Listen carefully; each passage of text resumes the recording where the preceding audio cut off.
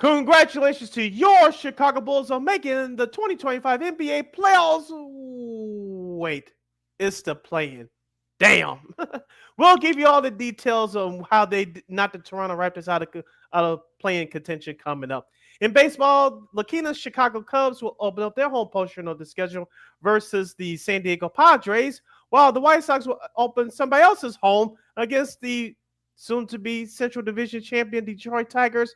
We'll give you all the details coming up. In football, the Bears versus Arlington Heights versus downtown Chicago. We'll sort out all that mess, and we'll get our 2025 MLB predictions for the season with our girl, the returning Christine the Queen Manika. That and a whole lot more as the Friday Funk edition of Second City Sports starts right now.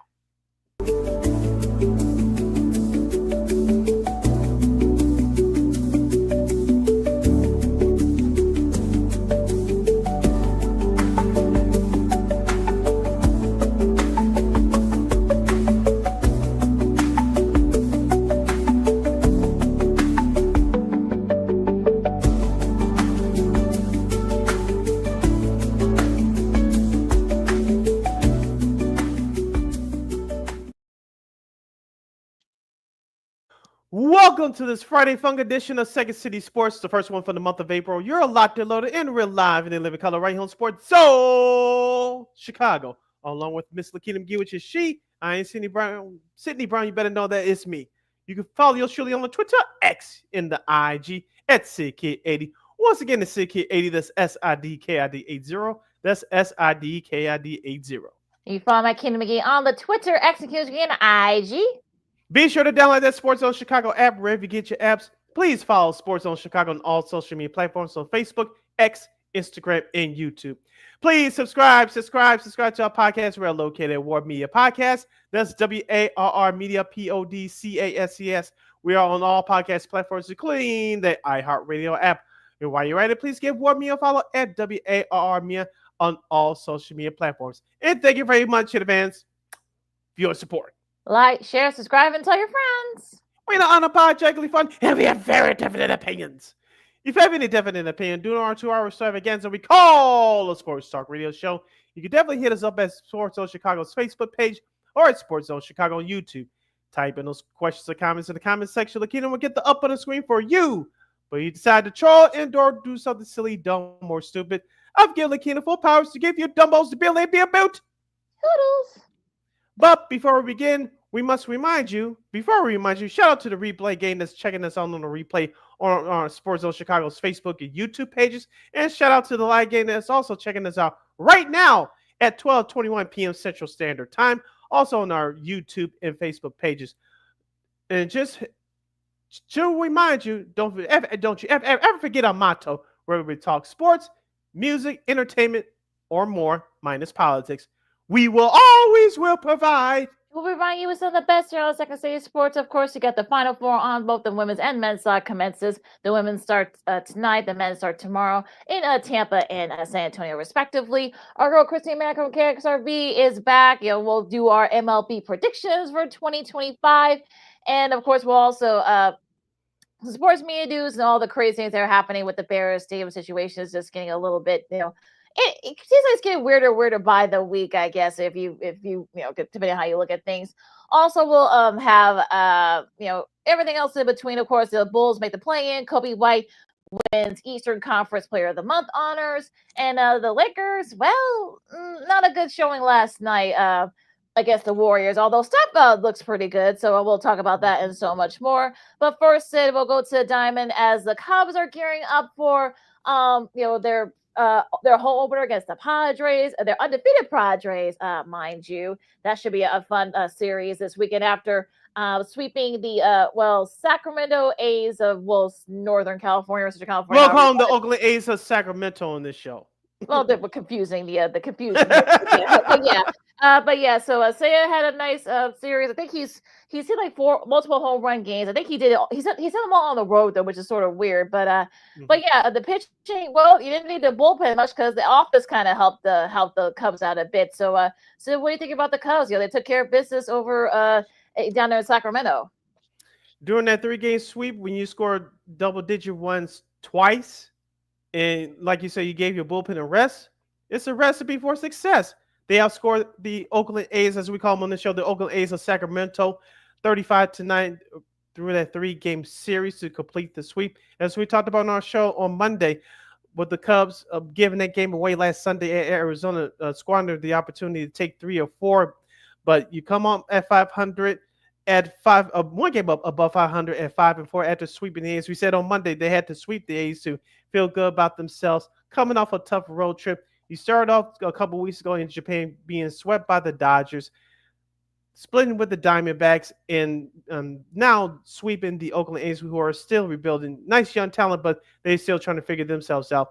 Now you're facing the best team record-wise in the league. This is going to be a huge test for this Cubs team today. And Shota Imanaga is hoping, if you're a Cubs fan, hoping he did it in the last year's home opener against Colorado. Hopefully he can do it again this year against a much better San Diego Padres lineup. Yeah, I think this is going to be a big testament to see how how he's going to look. He's looked good so far this year, but yeah, we'll see how he looks against that lineup. Jackson Morrell, who got a big payday, so he'll be definitely going to be celebrating that. Actually, it's addition to the payday he already had, so that's kind of. Kind of weird how much they're spending the money there, but yeah, I mean, you got Tatis Jr. and among others, so it's going to be interesting to see how he does. I mean, I think the key is to try to kind of establish a rhythm early. If he can do that, and we've seen him do that before, I think the Cubs should be okay in this series. Like I said, it's going to be a tough one because you're facing probably one of the best lineups in baseball, and that's going to be the key here. And if you're the Cubs, look, Dansby Swanson had a nice series out there in Sacramento. Ian Happ was really good. PCA was hitting the ball very well. So I think if you're the Cubs, I think a little bit of home cooking because they haven't done the solo yet. So they've been everything else at home. So it's gonna be interesting to see how they do here. But yeah, if you can get at least a game or two against the Padres, I think you should be looking pretty good for the Cubs right now. You're listening to Sports on Chicago's Second City Sports on the hashtag Friday Funk Edition. I'm Sid. That's LaKeena. We're talking Cubs baseball. We'll get to the White Sox in just a moment. Let's not forget in this series, LaKeena, if you're a Cubs fan, the good news is, unfortunately for yours truly, but if you're a Cubs fan, you will not have to face Dylan Cease because he pitched on Wednesday as the Padres completed the sweep over the Cleveland Guardians during their home opening series.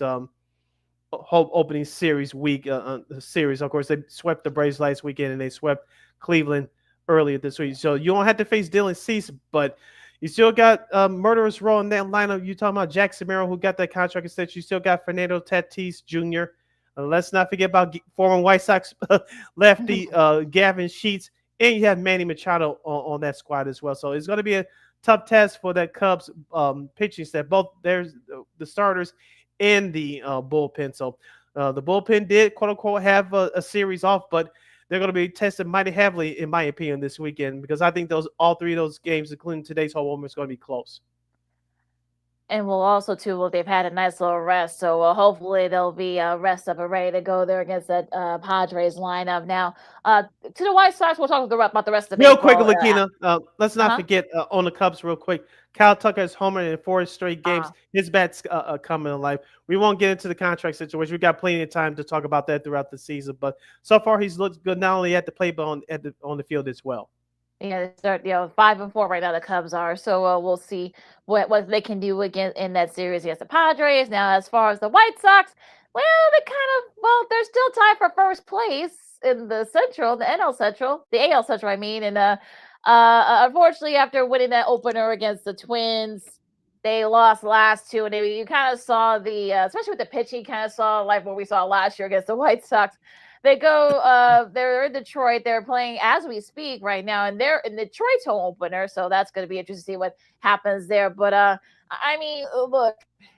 I mean, it's one of those things where if you're the White Sox, you just want to, not lose, not lose 121 games, which I don't think they will. I think they're too.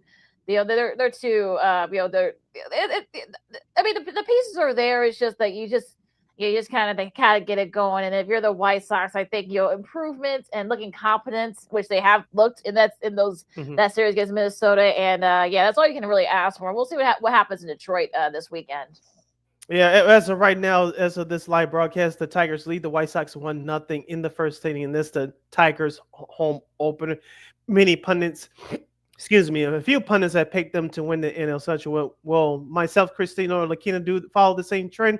You'll find out around this time next hour. But on to the White Sox in this series against the Twins.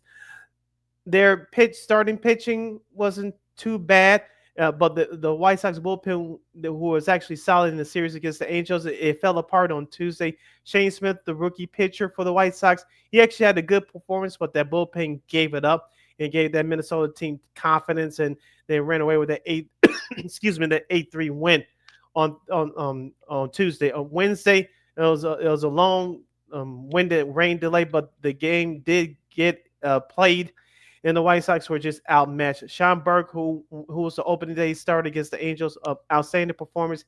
He got brought back down to earth, and the White Sox offense was nowhere to be found. So this is the kind of thing, unfortunately, you're going to see with this team all year long. But I will say this. I think we talked about this on our last show on Monday. Will Venable, the new manager, is making a difference already. These guys are playing hard. They're playing with purpose. I know the defense was MIA too in that series against Minnesota, but this team will not quit. They will play hard, and they are paying attention to detail. As I said during the offseason, as I said during spring training, and I'll say it again, Will Venable, anything opposite of Pedro Grifol is a plus 10 win margin in my book. I'm not saying that the White Sox are going to the playoffs or anything like that, but this team will fight you to the end, and that's what you're seeing thus far. And shout out to the White Sox, as you mentioned, again, with that four-way type of first place. Guess where their run differential is right now?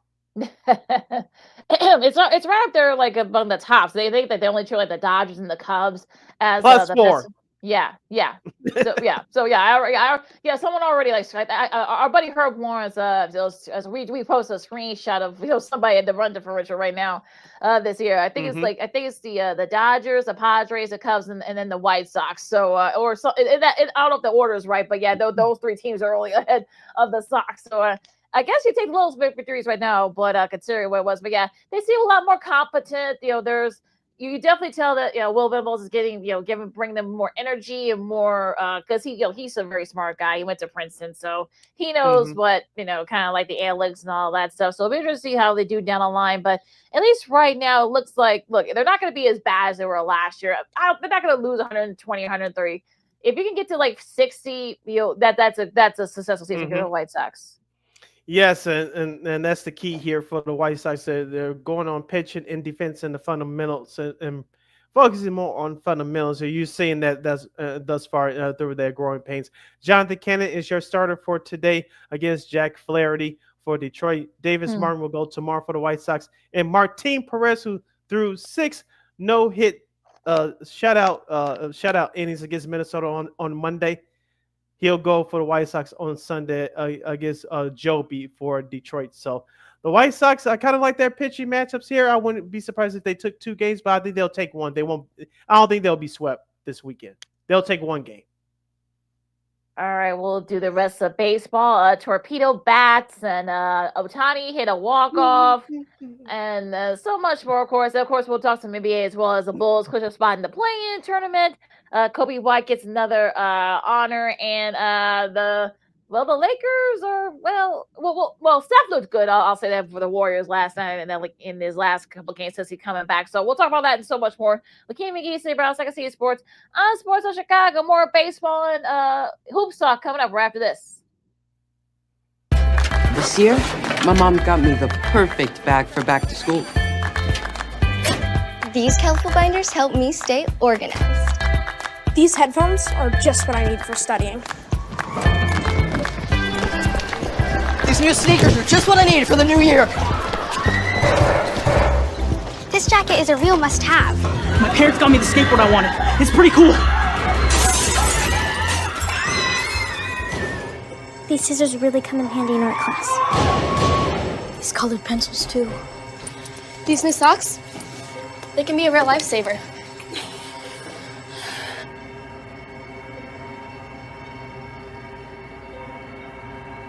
I finally got my own phone to stay in touch with my mom.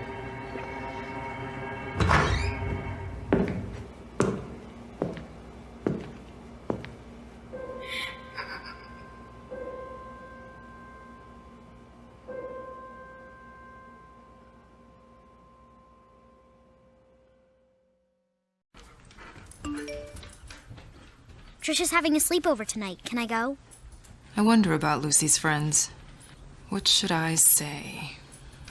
I know you're only 10, but one of these days a friend will offer you a drink. And alcohol at your age can lead to so many things. None of them good. So can I go to the sleepover? Lucy, I want you to promise me I something. finished my homework.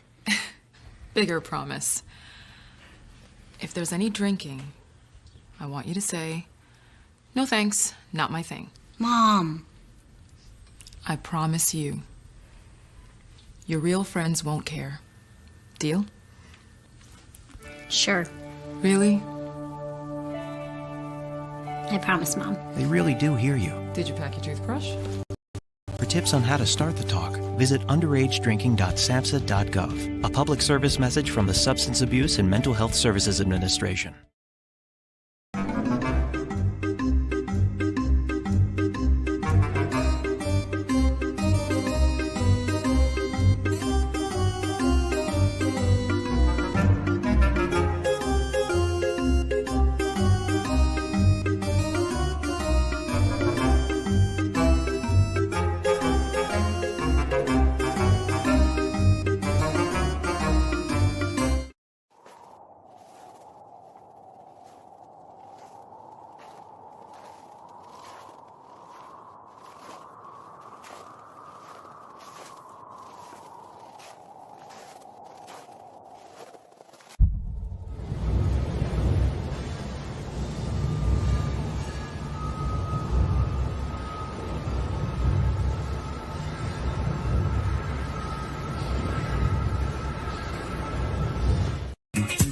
Hey, this is Dr. J, and I listen to Sean and Maya in the morning.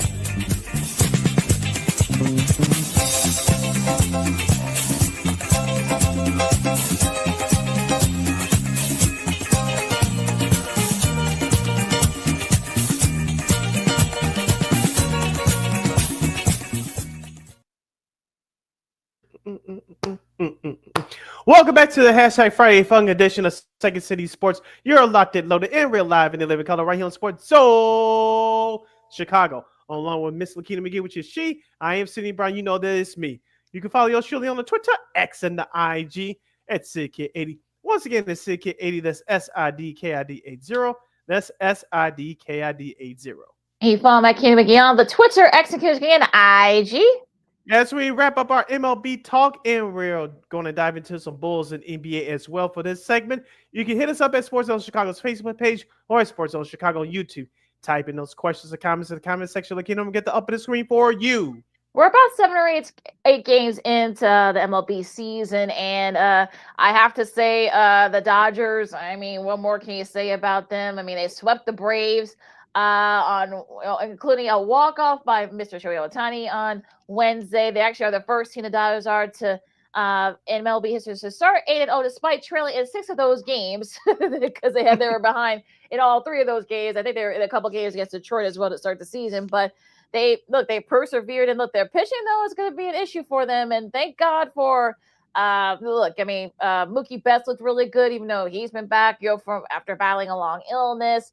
Their depth, for the Dodgers is just magnificent. I mean, once of course Freeman, he's on the IL, of course, but you got Muncy, who had a great series against the Braves. Hernandez looked really good. Like I said, Betts looked good as well. So Tanner Scott, and Yamamoto had a nice outing as well. And Blake Snell kind of struggled a little bit, but they were able to come back and won that game against Atlanta. But so far so good. I mean, the Dodgers have looked really good. They're the team to beat, I think. You talk about the struggles of Blake Snell. Let's not forget the struggles of their rookie pitcher from Japan, Roki Sasaki, as well. His last start, he didn't look good either. So hopefully those 2 pitchers will have time to straighten out the issues. But you mentioned about the role players on the team with Teoscar Hernandez and catcher Real Smith. Let's not forget Tommy Edman, too. He had that big home run the other night against Atlanta, too. Your NLCS MVP from last year in that series against the Mets. So Tommy Edman was brought back for another couple years. So manager Dave Roberts re-signed his contract. So anybody wants him fired, it's not going to happen. So get rid of that. Go somewhere else to sit down. So the Dodgers are not going 162. No, they're the best team in baseball right now. I think San Diego is going to give them a run for their money. But this Dodgers team is they're well balanced, and I think their bullpen, at least on paper, is better than what they had last year. And they have a very good minor league system, perhaps the best in baseball. So it's an all-around organizational effort. It's not a mistake for where we see from where we are witnessing from them right now. I know they're the evil empire according to some pundits and some fans, but hey, you got more resources than other teams. They know how to spend money, but they know where to spend the money, where it's important, not just throwing it out there like it's yesterday's news. Yeah, I mean, look, I know I don't hate the Dodgers. I think, look, I wish the Cubs could be like the Dodgers are, right now. So we're going to see if they can keep it up. The Padres, same thing. I mean, look, I know, like I said earlier, Jackson Merrill got that big, new contract. It was kind of an extension of the contract you already had signed, but they swept the Guardians. And I think for me, it's going to be interesting too. Is the pitching's been really solid. Dylan's had a nice outing on Tuesday, and I'm just a little concerned though. Could they be picking too soon? Because we saw this happen a couple of times in the last few years. The Padres, they're right there in the thick of it with the Dodgers, but they end up, running out of gas. I mean, that's really going to be the thing here. Look, Tatis Jr. has been really good. Like you said, Gavin Sheets been really solid for them. Jason Hayward, so we got a little bit of Jason Hayward the first couple of years we saw here with the Cubs. So he's kind of, started, a little bit more life, in him on the batting side, and the pitch has been okay. Of course, I know Darvish is on the IL right now, so that could be an issue for the Padres down the line. But at least so far, they've been able to the bats have been able to kind of help them out a bit.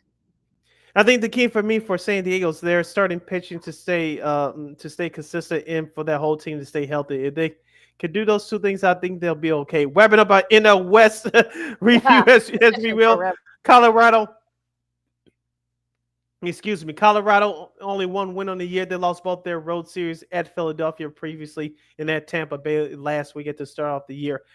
San Francisco, they looked all right against Houston and Cincinnati to start off the year. But the Arizona Diamondbacks, they took 2 out of 3 from the New York Yankees. Carlos Rodon of the Yankees, his start on Wednesday did not look good. I know the Yankees bounced back last night. Aaron Judge's bat is hot.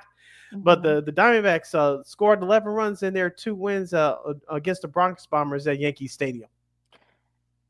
I know Yankees fans are kind of freaking out a little bit, but that's a pretty decent, Diamondback squad. So we'll see if they can keep it up. But we'll get back to the Yankees in a second here. But in addition to back in the NL Central, I know that the Cubs, of course, they swept the A's. We'll just call them the A's, just to kind of get the confusion. I know the Brewers, they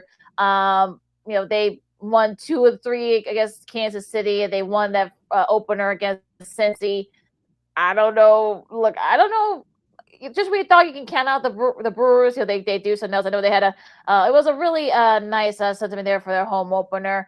Actually, of course, in honor of the late great Bob Uecker, the cast of Mr. Belvedere, the surviving cast, of course, sadly, Christopher Hewitt passed away about 15 years ago. But the rest of the cast of Mr. Belvedere was there.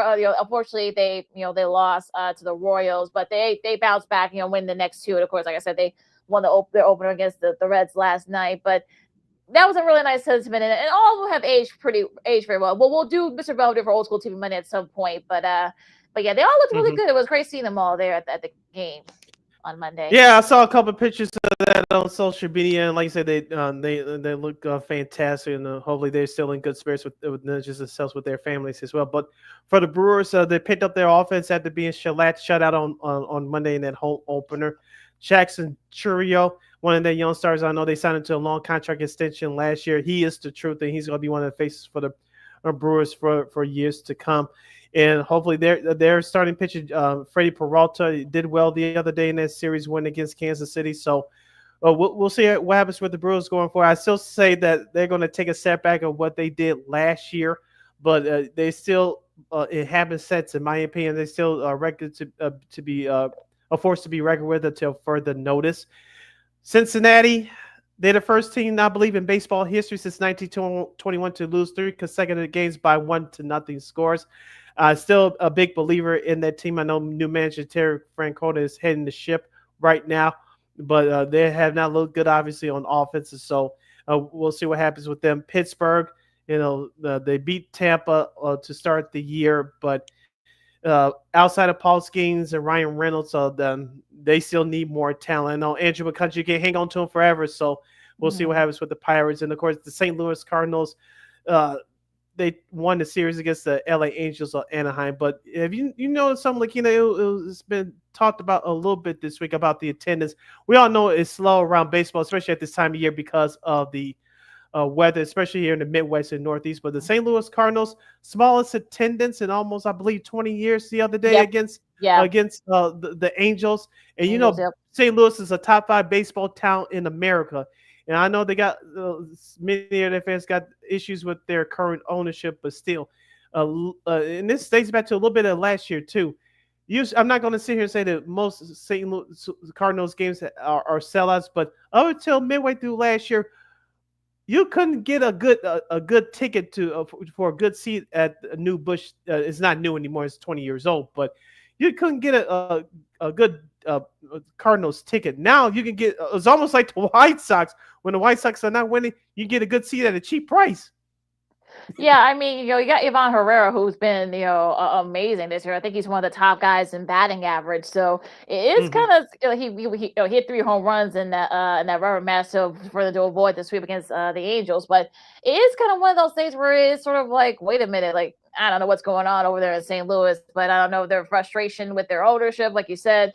We've seen that, so we'll see. But I mean, it's going to be interesting to see what happens there with St. Louis. Their Cubs only a half game back with them.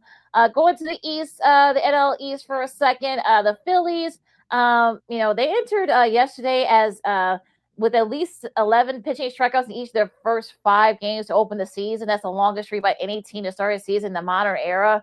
So, their pitchers been really good. Zach Wheeler's looked good so far this year, but Schwarb hit another bomb. Taijuan Walker had 6 scoreless innings for the Phillies as they swept the Rockies, and I love when they wear those old blue uniforms from the 80s. I love those. Those are my favorite, right? Those are my favorite jerseys. I wish they would keep those, but because they had success with it. But yeah, the Phillies looked really good so far. Yeah. We talked about Philly and their struggles in the playoffs last year in their division series against the Mets. Their offense wet the bed, and their bullpen, their starting pitching, unfortunately caved in as well. But but you still have Kyle Schwarber, the return of Trey Turner. Hopefully he can stay healthy this year, and you still have Bryce Harper playing first base full time once again this year. So Philadelphia, they still have a good team, but hopefully they can take advantage of, because the season that they had last year, you don't want to waste too many of those, because especially in the game of baseball, you don't get those back. But quickly in that division, the Mets take care of the Marlins. Pete Alonso looks like he's locked in to start the year. Atlanta, I don't think they're as bad as their record is. I think they'll get that thing turned around. Florida, I know they've been up and down, but I still believe they're going to stink this year. And like I said, we covered the Mets, so we covered the Mets. Yeah, they face tomorrow. So so that should wrap up in the NL East. To the AL East quickly, I want to point out the Boston Red Sox. They took care of Baltimore, winning 2 out of 3 at Orioles Park. Garrett Crochet was very impressive on Wednesday night.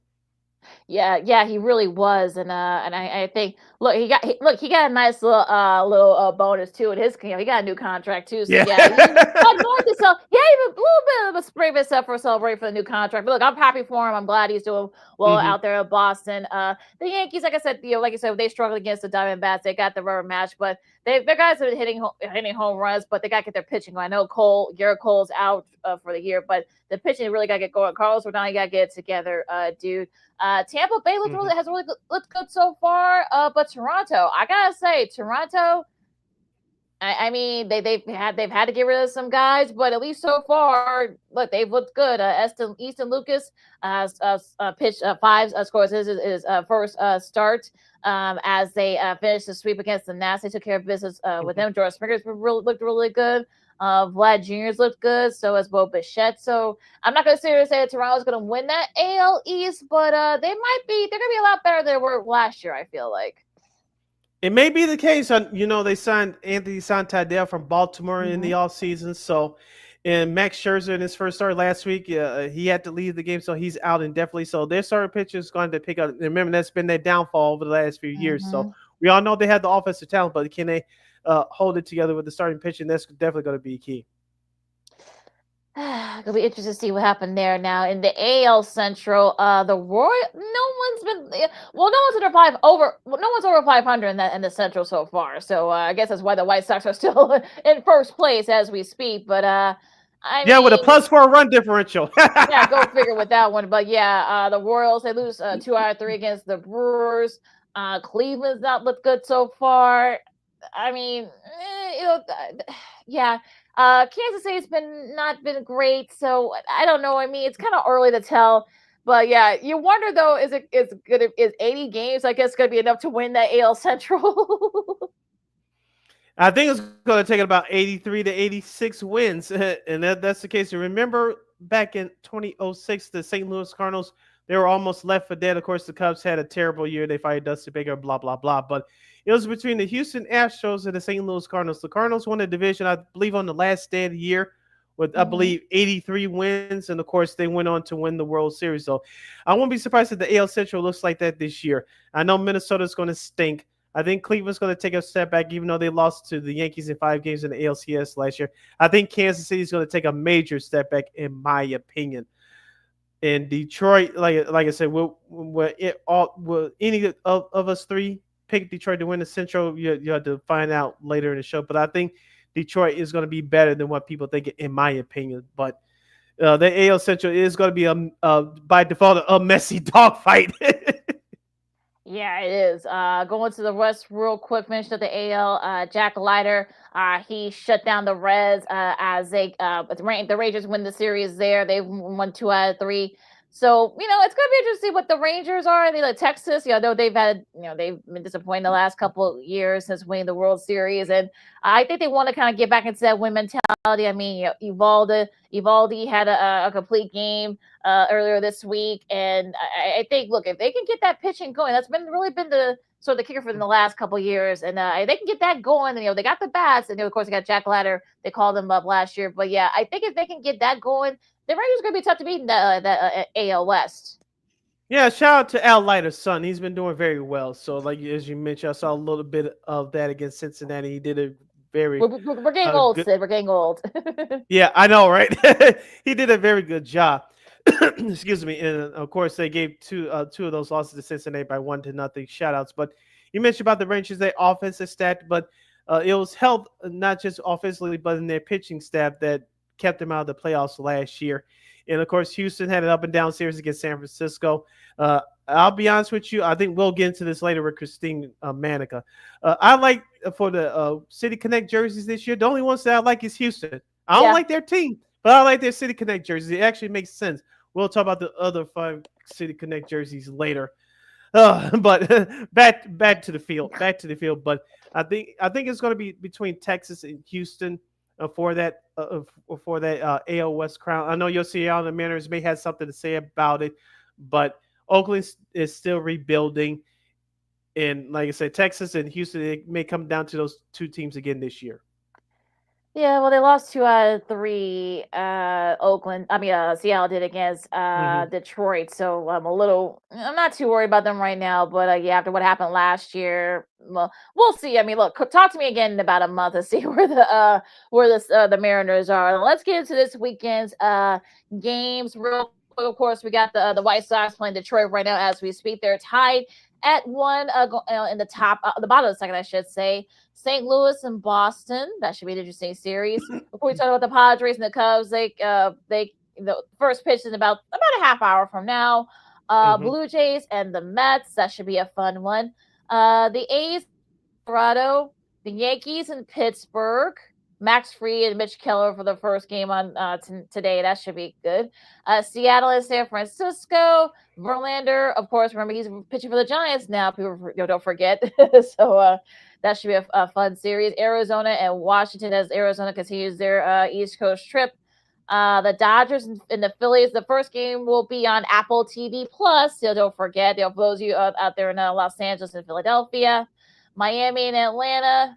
And Baltimore and Kansas City, Tampa and Texas. That first game will be on Apple TV Plus. The second game of that for that matchup, Cincinnati and Milwaukee, and the Angels host Cleveland as Cleveland continues their West Coast swing, I should say. All right, and your national TV schedule for this weekend in MLB looks like this. Tomorrow on FS1, a doubleheader is the Dodgers and the Phillies at 3:05 p.m. Central Standard Time, followed by the Cincinnati Reds and the Milwaukee Brewers at 6:10. That's on FS1. And your Sunday night baseball game of the week is the St. Louis Cardinals against the Boston Red Sox. And the rematch from the '04 World Series. So 21 years ago this year, the Red Sox won their first World Series in 88 years, but that was a long time ago. So, but that's your national TV schedule for MLB this weekend. All right, listeners, I can see Sports on Chicago. LaKeena McGee, Sidney Brown with you as we go to the hardwood, the NBA, as the Bulls, they officially clinched the play-in spot. Yay! Yay! Even though the majority of your area couldn't watch the game, but I was lucky too because my antenna signal did not go out. Despite all the weather, I'm surprised. Right, exactly. All the wind and the rain that we've had here in Chicago the last last week. But yeah, that antenna has solar power. Yeah, solar power antennas. Oh yes. Solar power. 28 points for Kobe White in that 137-118 win against Toronto. Of course, also congrats to Kobe. He won Eastern Conference Player of the Month honors for March, and deservedly so. I mean, he's been shooting lights out from three, and he's had a solid percentage. So I'm happy for Kobe, and I'm happy for the Bulls too. I mean, Bruzelas looked really good in that game, in Toronto against Toronto. And look, I know to some chagrin that they're going to be playing in the play-in, but I think this is what you wanted. And look, like I said, down the line, it'll interesting to see what AK and Eversley do down the line. But at least for right now, I think the Bulls, you got to give them props for what they've been doing. Yeah, you have to. As we talked about in the last couple of shows, this Bulls team has not quit. Give head coach Billy Donovan credit for it. He's forced to play a couple of guys that he probably didn't want to play at the beginning of the season. Matas Buzelis was one of them. Now, since the trades of DeRozan and Levine, those young guys that you want to see play and get some extra playing time, they're getting right now. Let's not forget about Dalen Terry and Julian Phillips as well. And Trey Jones was playing well. I know he's hurt now, but Matas Buzelis, the rookie, as you mentioned, has stepped up, and Kobe White, who's been battling injuries all year long. But ever since the trade deadline, both those guys have really stepped up big time. Let's not forget about Kevin Huerter. I know he's been hurt here over the last few days. I know he returned last night to score 16 points, but he's been making a difference shooting from the outside as well, especially from three-point range. He was 2 for 4 the other night against Toronto. I'm talking about Kevin Huerter. So this Bulls team is a well-balanced team, but I still have a problem with them defensively, especially on the pick and roll situation. And of course, the interior defense, as we complained about on the show over the last couple of years. So this Bulls team right now is 8 games below 500. I don't think it's going to happen, but I'm going to throw the question out there. Heaven forbid this Bulls team finishes the year at 42-42, or even at 40-42, despite all the changes in the injuries. You have to give Billy Donovan something, right? Yeah, I mean, look, I obviously think, not the pink slip, but Well, no, yeah, I mean, it's one of those things where you're just like, look, I think he's kind of finally coaching the it's kind of the team that I don't know. He's the team he expected earlier this year, but I think if you're him, I think you just want improvement. And look, if they lose in the play-in, look, if they get to that 9th seed, all they got to do is win one. So that's going to be interesting to see what happens with there. But that matchup, it's going to depend on who they end up playing in that play-in. So we'll have to wait and see. I mean, Miami's looked good. We'll talk about that in a second here. But I think for me, look, if you're the Bulls, I think you just want to see what they can do. Look, I'm not going to seriously say they're going to beat, Boston or Cleveland, whoever they end up playing in the first round, should they make it to the main draw. But you gotta give them props for what they're doing. That's all you really can say right now, or you can do. Yeah, and let's not forget too that wherever they do now between now and the end of the season before the play-in tournament, it's going to be a bonus anyway. So, like you said, for what this Bulls franchise has gone through, most of it is self-inflicted wounds, both on the court and off the court. We'll talk about the off the court issue later with the finger pointing. But as far as on the court, wherever that the players can control, they're doing it right now. So they're giving you max effort for what they have. And like you said, LaKeena, hopefully that AK and Mark Eversley they don't get saturated, if you know what I mean. Well, this is a team we can we'll keep this core together, make a couple of changes here and there, make some minor changes, and we just run the same team back next year. You cannot do that. Now, will it be wholesale changes? Probably not. But do I think that they'll make a big trade to add, perhaps jumpstart this process? That's what you hope. But I don't think they're going to run the same exact team back next year. I Right. don't think so. I know that has some room under the salary cap this summer. Not as much as we think, but for the way this team, like you said, the way this team is playing this year, give them props. But hopefully that management can make some smart moves this summer. Will it mean actually train Kobe White? Let's hope not. But you may have to do that. Depends on who you're going to get. Patrick Williams, can you quote unquote throw him in a deal this summer? That's the question that this Bulls management front office is going to have to answer this summer. Go to the rest of the NBA real quick. Steph has looked good, ever since coming back from injury. He had 52, which is among a not a career high, but it's up there against Memphis on Tuesday, no April Fool's Day there. But he had 37 yet last night in their win against the Lakers. Incidentally, though, for the Warriors, they're now 13-0 with the starting lineup of Butler, Steph, Draymond, Moses Moody, and Brandon Podziemski. So I guess if you're a Coach Kerr, you'll want to keep that lineup as long as you can and such. But a nice showing by them last night against the Lakers. Luka, not his best game since joining the Lakers. You hope that there's nothing. Maybe it's just that he kind of just, to their credit, the Warriors' credit. I mean, look, Draymond was on him all game long, so that was kind of one of the reasons why Luka only had 19 points. Now by Luka, that's not a good game by Luka standards. But look, Reeves had 31, LeBron had 33, but it was enough. And look, I mean, the Lakers actually made a game. They were down big early, but they just couldn't get Luka going. I think that was one of the problems last night. And you didn't get any help from anybody else either. Did you check out Moses Moody's dunk early in the game over Austin Reeves? That was sick. And that's a classic 2025 NBA posterized dunk. Now that was a great moment there. But as I said before, and I'll say it again, if this Warriors team is healthy come playoff time, you do not want to face them in the first round. I'm talking to Memphis. We'll get to them again in a second. I'm talking to Houston. I'm talking to the Lakers and perhaps the Denver Nuggets. If you face the Warriors in the first round, the Warriors are healthy, I guarantee you it's going to be a 7-game series. Could be interesting these next week and a half for these games left in the regular season.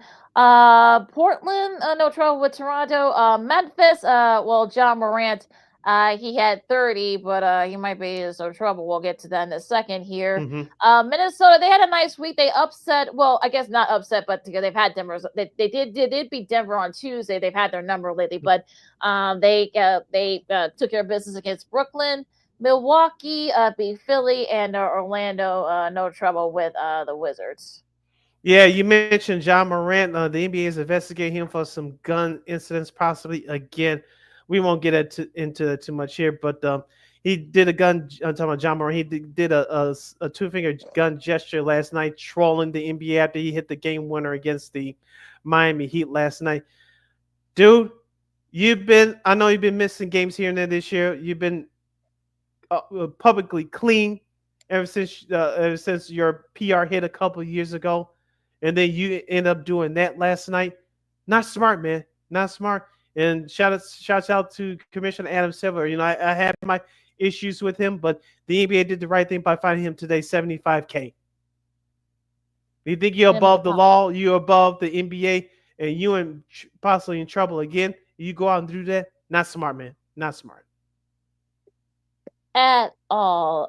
Real quick, Wednesday's games, of course, the Clippers, no trouble with New Orleans. Kawhi's looking pretty good. He had 28 points in that game. SGA had 33 as the Thunder just hammered the Pistons. The Spurs upset Denver. Harrison Barnes had 20 points there. AD had hit a game-winning jumper as the Mavs beat Atlanta. Houston, no trouble with Utah. Miami, up until the winning streak was snapped against Memphis last night.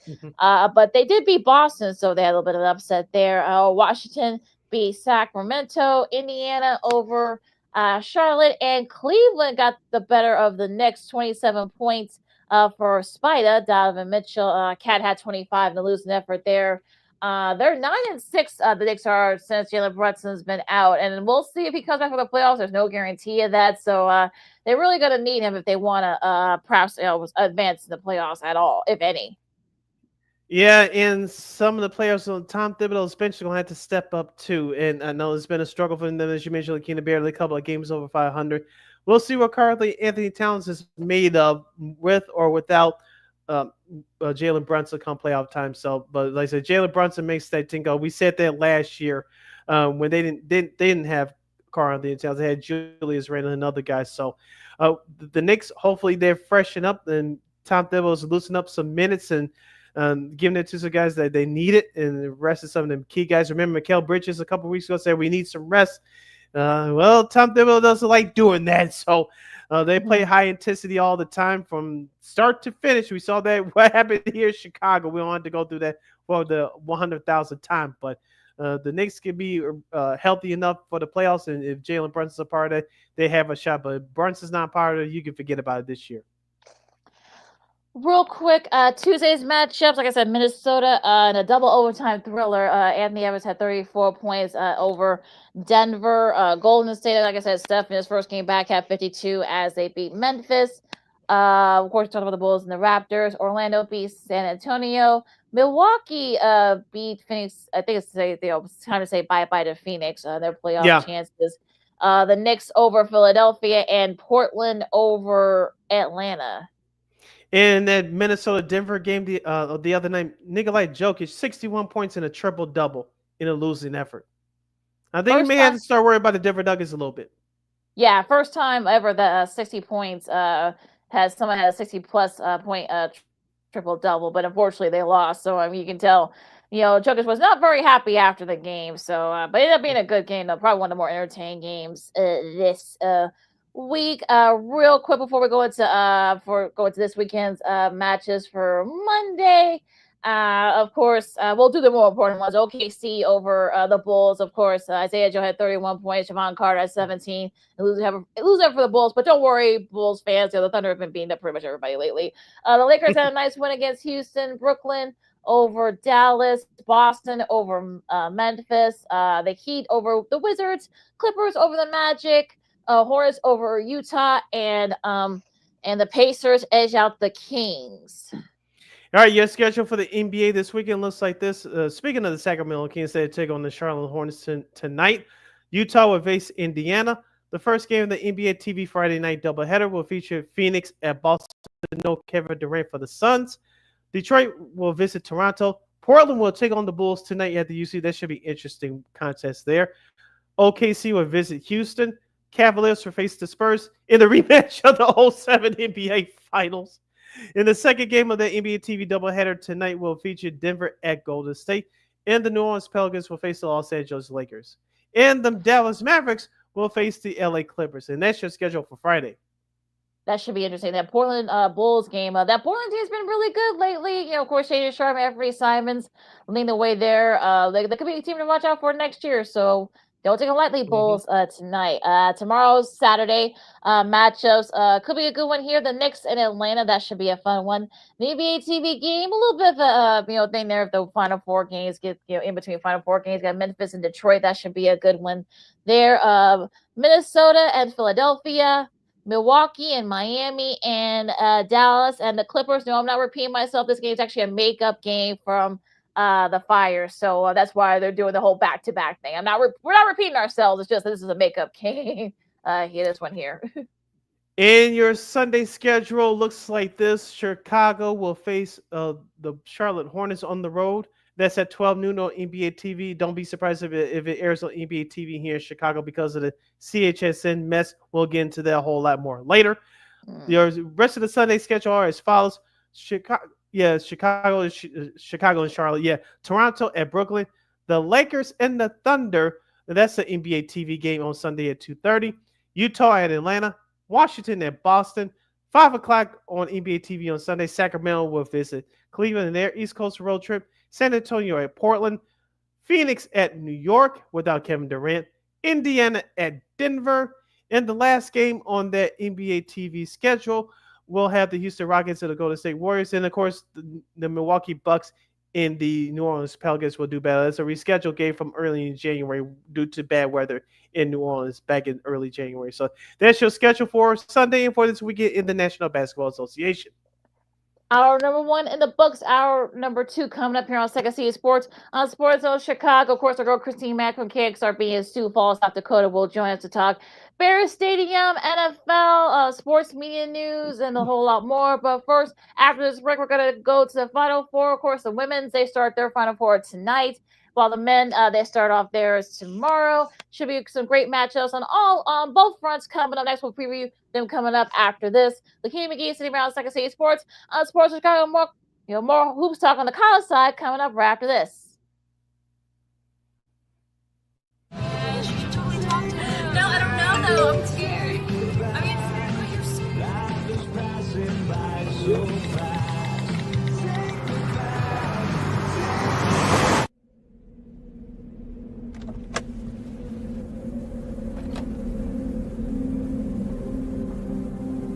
Do you know that you're in my lane? No, not at all. Are you not paying attention? Are you texting? I was just checking in with my mom. I was telling her that I thought we'd be home by 6.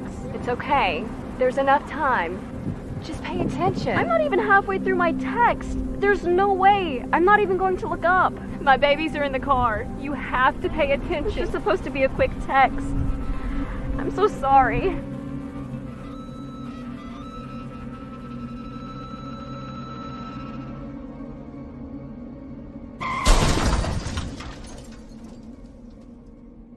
Hi, I'm Tom Brady, the director of DODEA. September is National Suicide Prevention and Awareness Month.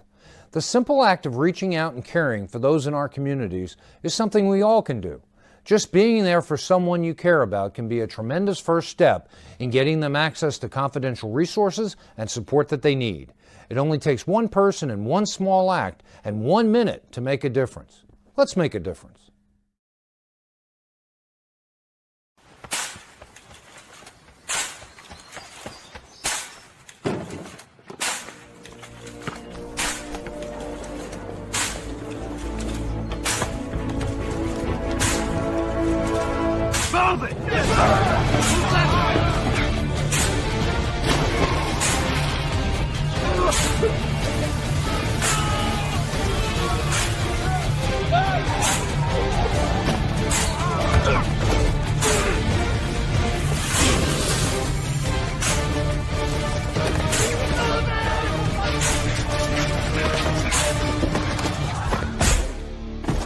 Many will hear the calling. Few will earn the title. United States Marine. The few, the proud, the Marines.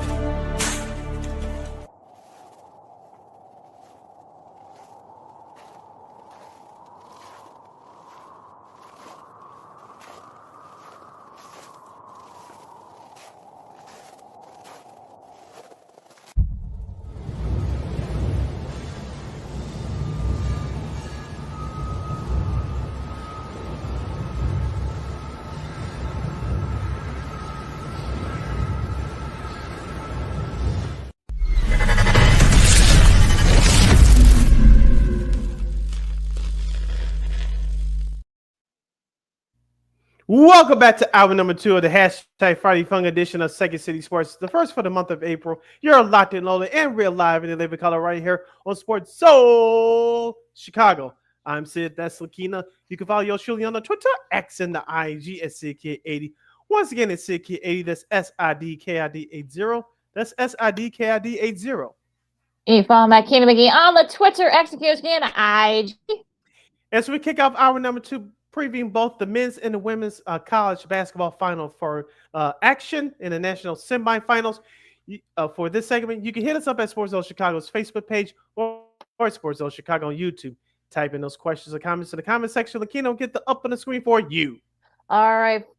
So the ladies first, as I say. So we'll do them the women's Final Four first, since it's commencing tonight down in Tampa at Amalie Arena. We'll start with the nightcap.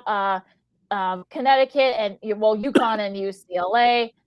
These two teams, of course, UCLA making their first ever women's Final Four appearance on the women's side, which is kind of crazy if you think about it. But I think for me, look, this is going to be an interesting matchup between these two. So it's going to get, kind of, it should be one of those things where it could be interesting. Like I said, I know some people were wondering, like, why didn't the Texas South Carolina game, wasn't that one the nightcap? I think they made a schedule before with the impression that Juju Watkins, I should say, was going to play. That's probably why they did it. I think it was already rescheduled, so that's why. I know some people were saying, why isn't Texas, South Carolina? Why isn't that the nightcap? But I think it was already predetermined beforehand. I think again there was assumption that of course Juju Watkins was gonna play, but congrats to her. She's won a lot of the National Player of the Year honors, so congrats to her. But back to this game, I mean, I think if you're UConn, I think look, this isn't your first rodeo, and look, I know UCLA may have some nerves because it's their first ever trip to the Final Four on the women's side. You can kind of try to play off that a little bit, so. Janae Parker, I think that's going to be the key here. If you're UCLA, you want to try and get her going there. There really wasn't too much of an issue for them in the regional final game against LSU. But I think if you're the Bruins, you want Lauren Betts. Lauren Betts had 17 points. Gabriela Jaquez had 18. You want to get them going. Kiki Rice didn't have her best game. She only had 8 points, but they really didn't need her. But they're going to need her against UConn tonight. And on the other side for UConn, I think, of course, you had, Paige Beckers, of course, you got to hope that she does her thing. But it's really been a supporting cast for UConn that's been, playing very well so far this tournament. So I think if you're, you want to set the tone early if you're UConn, and of course, you got to get Kiki Rice, but if you're UCLA, if you want to get a chance to win this game. Yeah, I was going to bring up UCLA's 3-point shooting in particular. That's what bailed them out in their regional final game against LSU last Sunday afternoon. Number two, you mentioned about Lauren Betts. Hopefully that she doesn't get in foul trouble, because if she does, it's over. So I'm focusing on for UCLA, Lauren Betts. I think she's going to do her thing as long as she stays out of foul trouble. Number two, who's going to help her in terms of their 3-point shooting? And number three, what type of defense are they going to play against Paige Beckers? Because as we all know that she's one of the best female basketball players in the country. She can shoot it from the outside. She can create her own shot, and she can create it for her teammates as well. As LaKeena mentioned, it's been a supporting cast for the UConn Lady Huskies this year. So if Paige Beckers has a bad game, who else is going to pick it up? And the number one question that I have for UConn tonight is that if everything goes well offensively, what are they going to do defensively against Lauren Betts? Will they double team her? Will they just play her straight up? Will they play strictly zone against her? This is one of the main questions that I have regarding this matchup for tonight's game.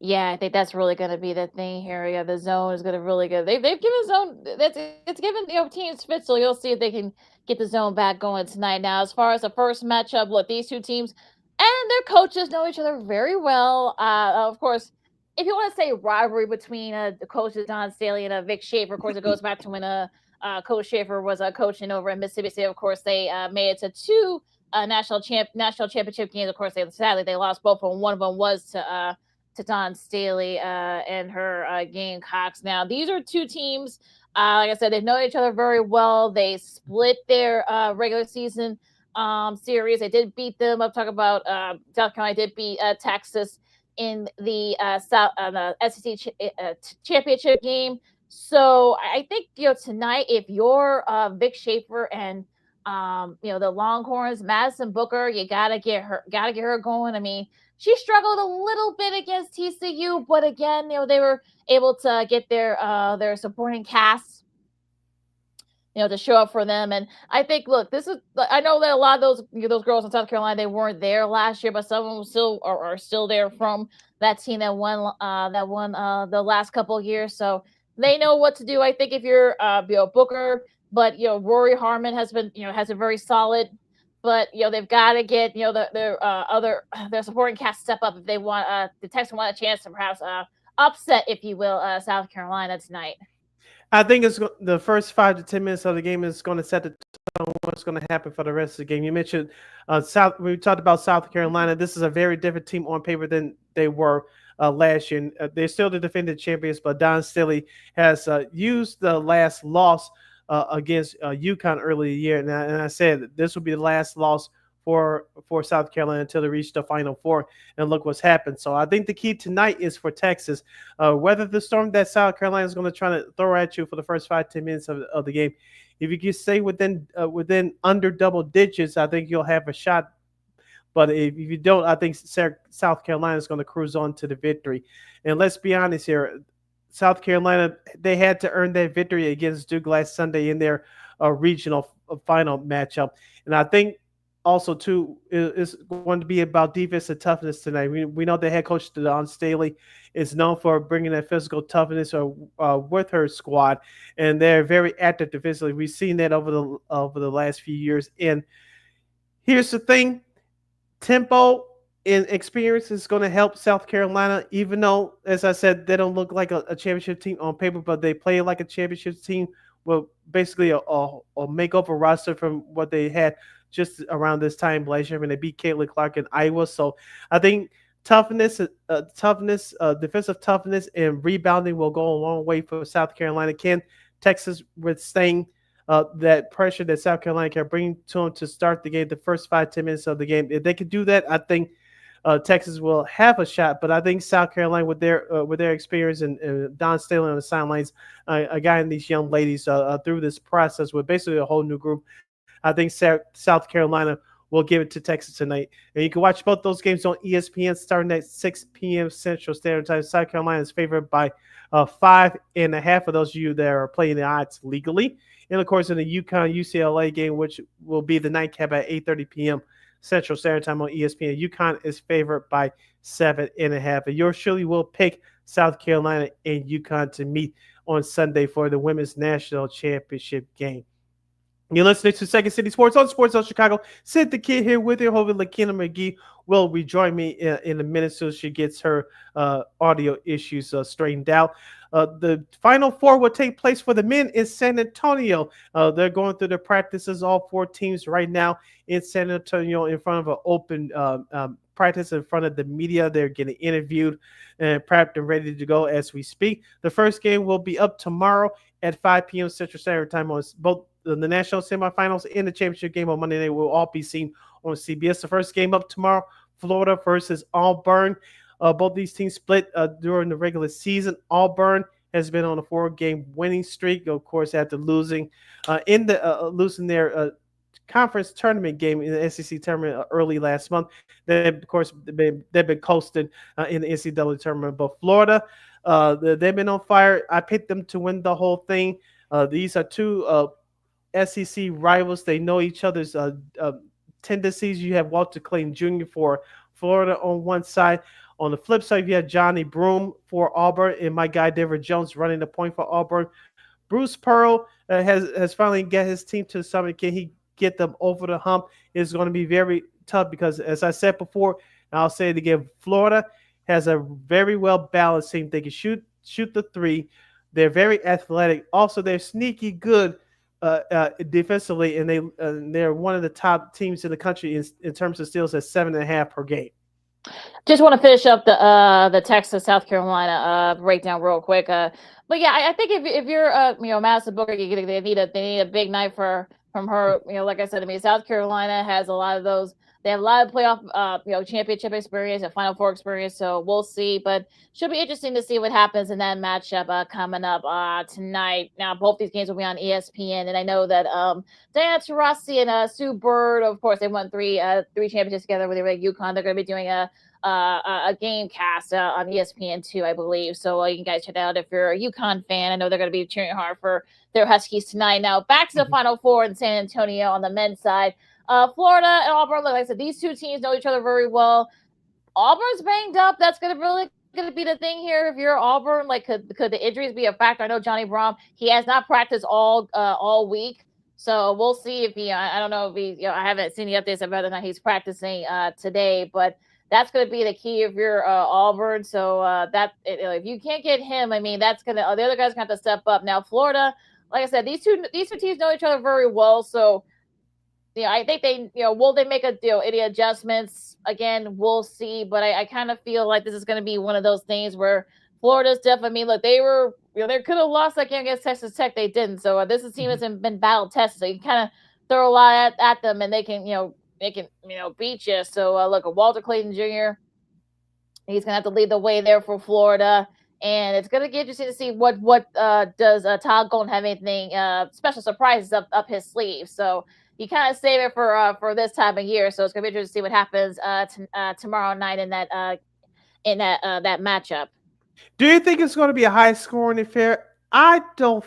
I'll answer my own question first. I say no, only because these two teams, even though they can get up and down the floor, I think Florida is, like I said, they're a sneaky good defensive team. But so according to the numbers, so is Auburn. So I think you're going to see it somewhere probably in the mid to upper 60s. And here's the reason why: rebounds per game, 41.9 for Florida, 37.5 for Auburn.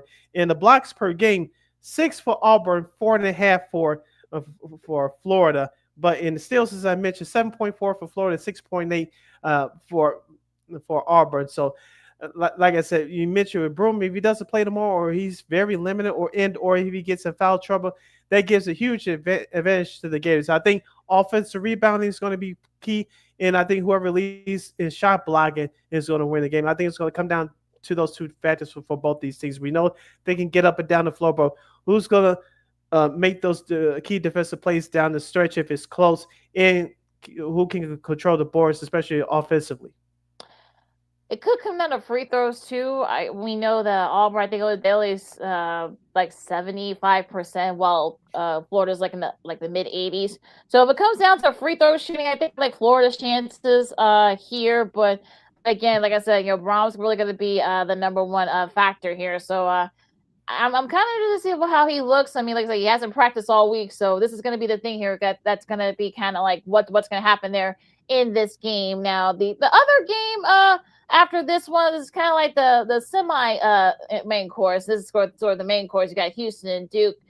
These two teams, of course, I mean, it's going to be interesting to see who kind of sets a tone early. We know Houston's defense can definitely slow down teams, but Duke showed you against Alabama last weekend that their defense can be pretty solid as well. They can slow you down too. So that's going to be the thing here. If you're either one of these teams, you want to try to kind of who can set the tone early. And also go ahead. Cooper Flag. I think Cooper Flag. You may stop him, but they still got Kneppel. They still got Proctor. So if you're Kelvin Sampson, you can stop. You can slow down Flag, but they got Duke's got other guys. You can't say the same thing with Houston. I mean, you got LJ Cryer, of course, also Emmanuel Sharp. So it could come down to who could play adjust to whose tempo. Yeah, like you just stole one of my points, and I'll just piggyback off of that. It's going to come down to the role players. I think I'm going to focus in more on Houston. You mentioned Emmanuel Sharp. After him, who else is going to step up and heaven forbid that LJ Cryer gets in foul trouble, or both of them him and Sharp have bad shooting nights? Who's going to be the guy to step up for Houston? You mentioned they're sneaky, very good defensively, but who's going to heat it up offensively? And I think it's going to come down to 3-point shooting. Duke is very good shooting from the outside. You mentioned Cooper Flag. He can work in the paint, but he's a hell of a shooter too. You mentioned by Tyrese Proctor, their point guard. I think he's going to be very key as well. So I think it's going to come down to the role players for both these teams, the 3-point shooting, and with the point guards, turnovers. Whoever has the least amount of turnovers is definitely going to win this game.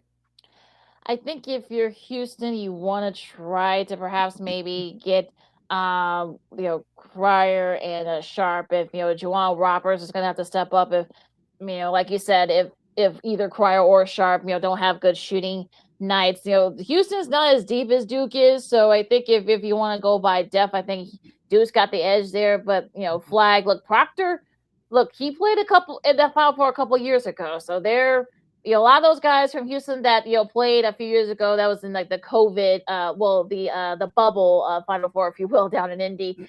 He Cryer's one. I think he's the only guy. I think Sharp too. But most of the other guys there, this is gonna be their first trip. So yeah, I think experience could play a factor here, but yeah, I think if it's going to take down like who can kind of get the other team to play their style.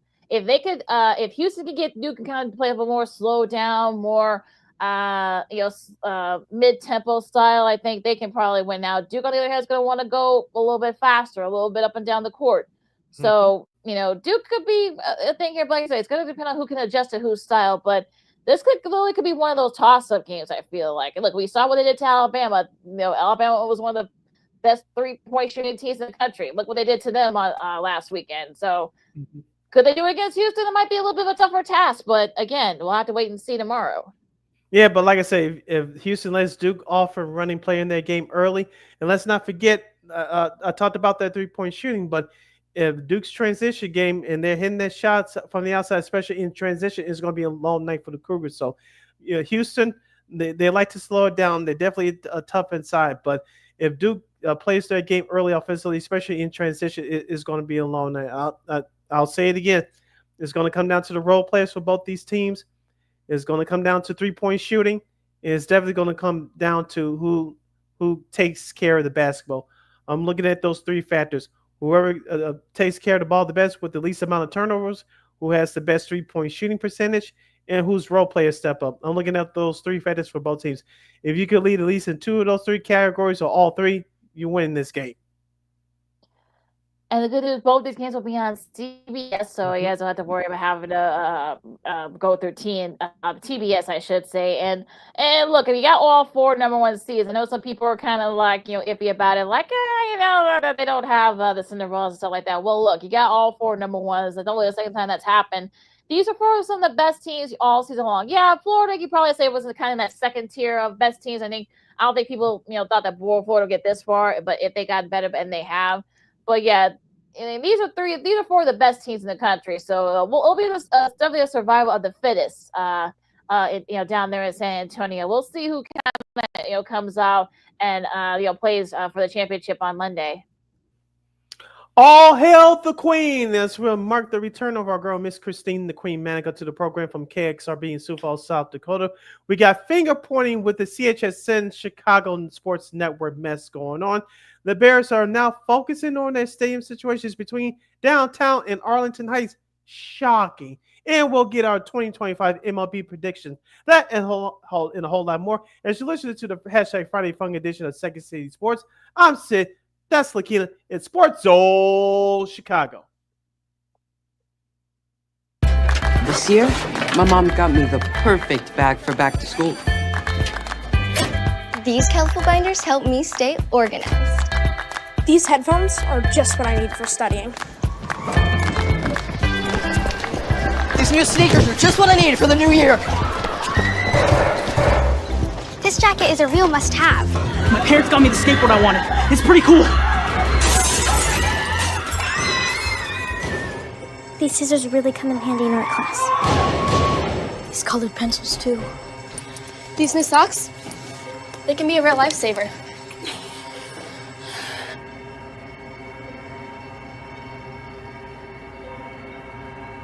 I finally got my own phone to stay in touch with my mom.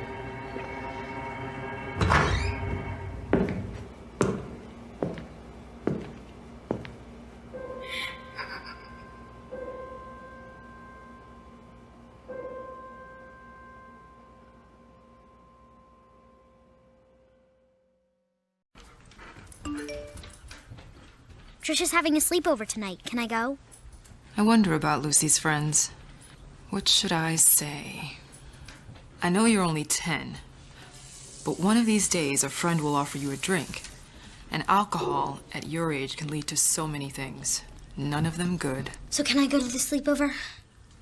Lucy, I want you to promise me I something. finished my homework. Bigger promise. If there's any drinking, I want you to say, "No thanks, not my thing." Mom. I promise you, your real friends won't care. Deal? Sure. Really? I promise, Mom. They really do hear you. Did you pack your toothbrush? For tips on how to start the talk, visit underagedrinking.samhsa.gov. A public service message from the Substance Abuse and Mental Health Services Administration.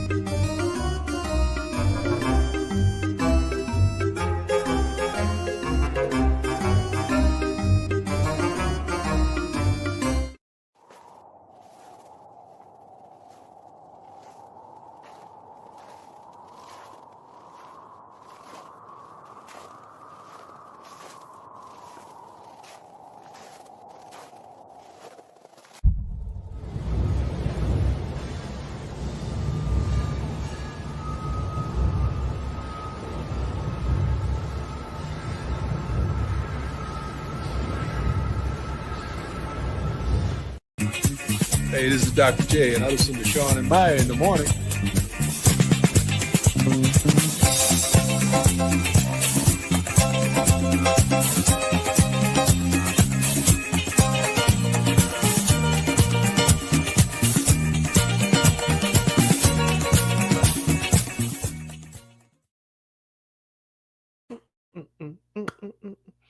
Welcome back to Second City Sports on Sports Zone Chicago on the hashtag Friday Fun Edition. I'm Sid, that's LaKeena. You can follow yours truly on the Twitter, X, and the IG at SidKid80. Once again, it's SidKid80. That's SIDKID80. That's SIDKID80.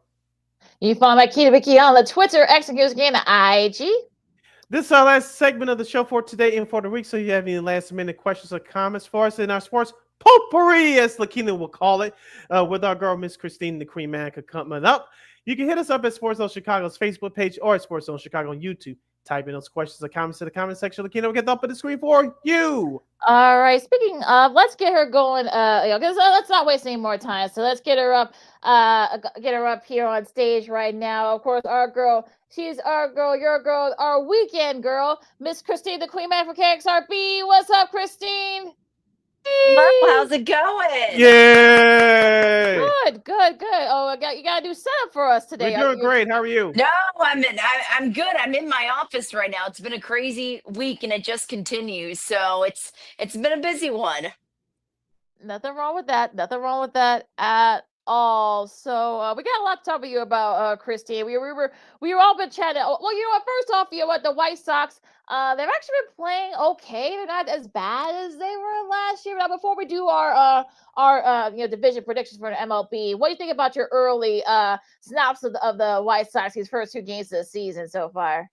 I mean, the fact that they won their first game, their home opener too, that's something, right? And the crazy thing about their division right now in the Central, it's a four-way tie going right now. So I'm kind of surprised. I know it's early in the season, but it's something to build off of for sure. It's not as bad as what some people would think.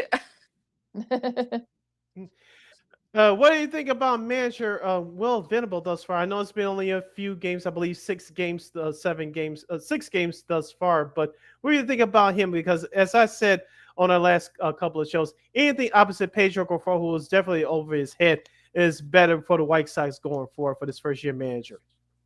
I don't think it's anything like, I don't really have an opinion on it, Matt. Yeah, just exactly what you said. We're only 6 games in, and there hasn't really been a moment that sticks out in my mind about anything that he's done or anything that he shouldn't have done. Nothing like that so far. So I think it's still early, but the fact that he's at least keeping the Sox somewhat relevant, that's a good thing to have in conversation. Yeah, exactly. Now, when Sean Burke got the call to start for opening day, were you surprised? Were you were you kind of like just caught off guard? What was your take when he got to start on opening day? Considering that one of their big pitchers that a lot of Sox fans were looking forward to is out for the season due to Tommy John, I think anyone was open for it, especially when it comes to a rookie first starting out and whatnot. I think it's a risky move for the first game and the first home opener, but I think it worked out well in their favor essentially.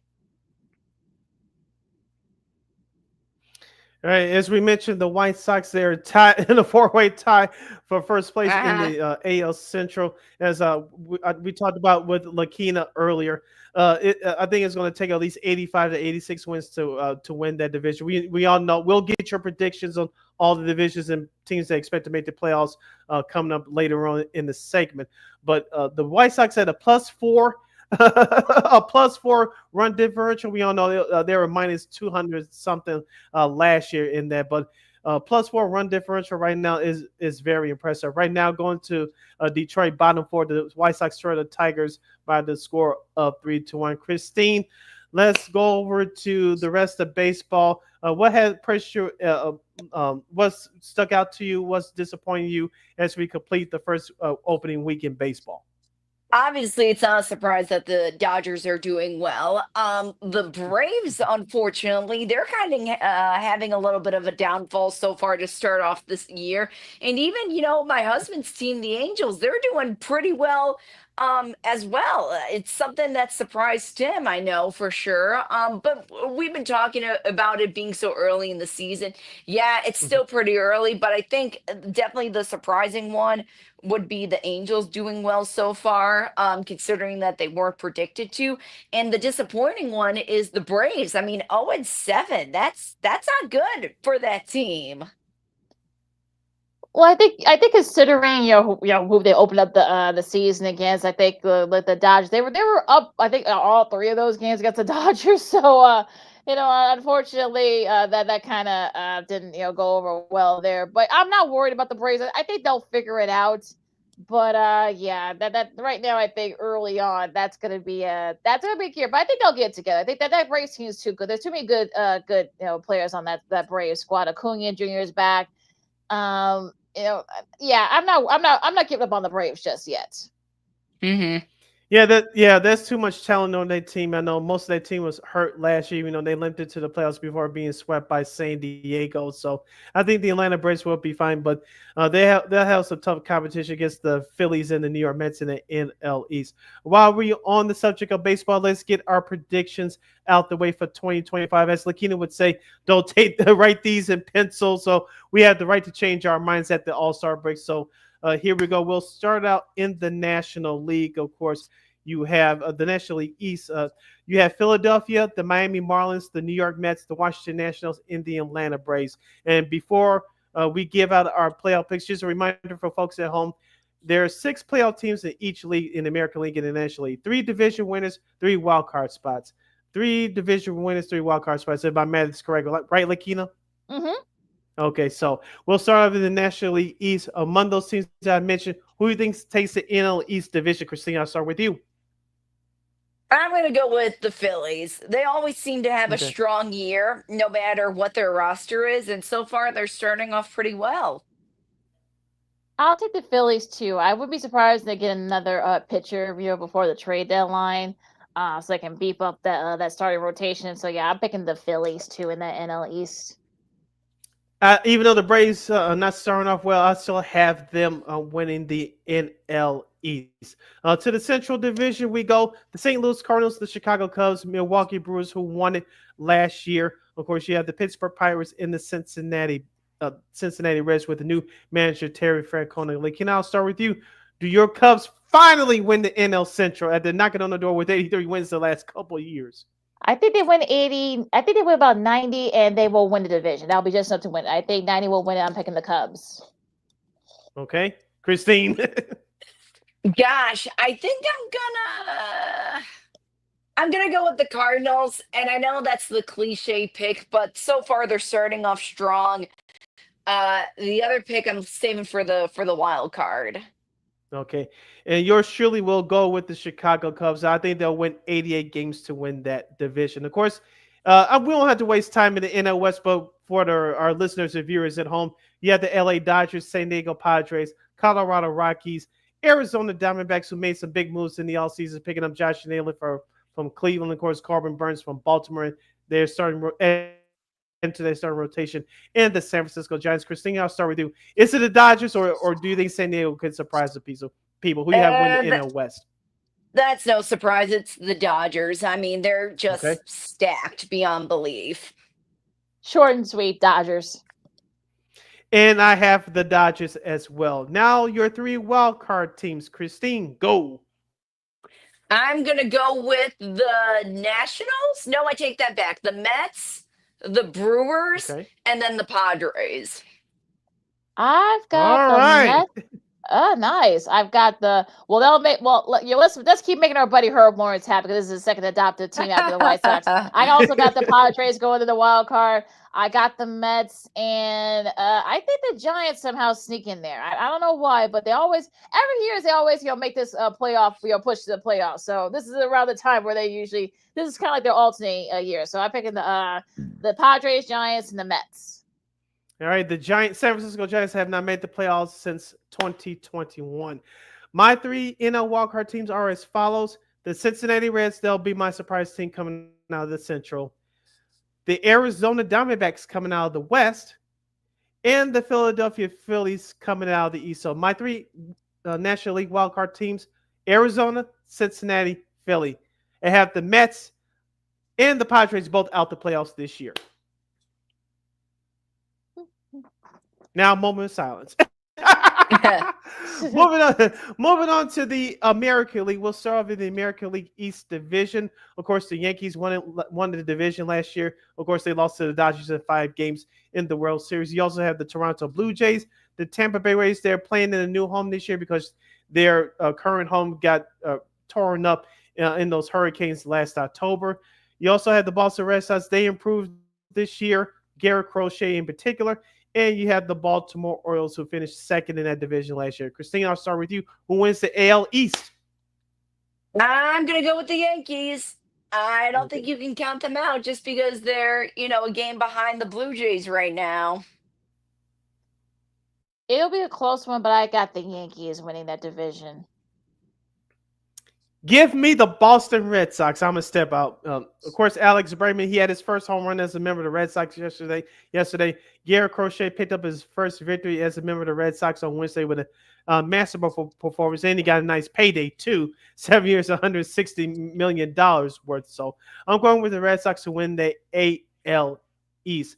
Of course, the Central, we all agreed the White Sox will not win it, but I'll ask you guys a question about them in just a second. Of course, you have the Kansas City Royals, the Detroit Tigers, who made it out of the division as a wild card last year, the Cleveland Guardians, who won the division last year, and you have the trash Minnesota Twins. Christine, I'll start with you. Who wins the division this year in the AL Central? Guardians. I think I got to give it to the Guardians again.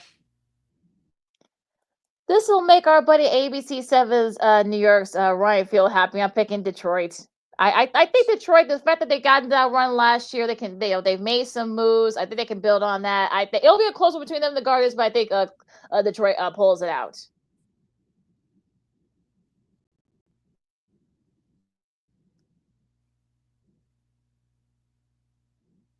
Sid? And silence.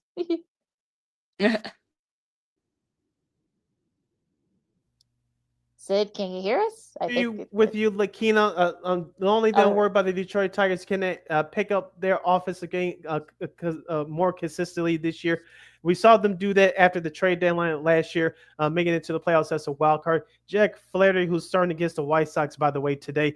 There was a huge pickup. Of course, he won the World Series with the Dodgers last year. So shout out Jason Benetti. That's all I'll say about that. But as he enters the Tigers, but I think the Tigers will be just well enough to win this division. Minnesota, I know what they did to the White Sox earlier this week. I still don't believe in them. Plus, that team is up for sale. I think Kansas City, even though Bobby Witt Jr. is one of the best young players in the game, I think they're going to take a step back.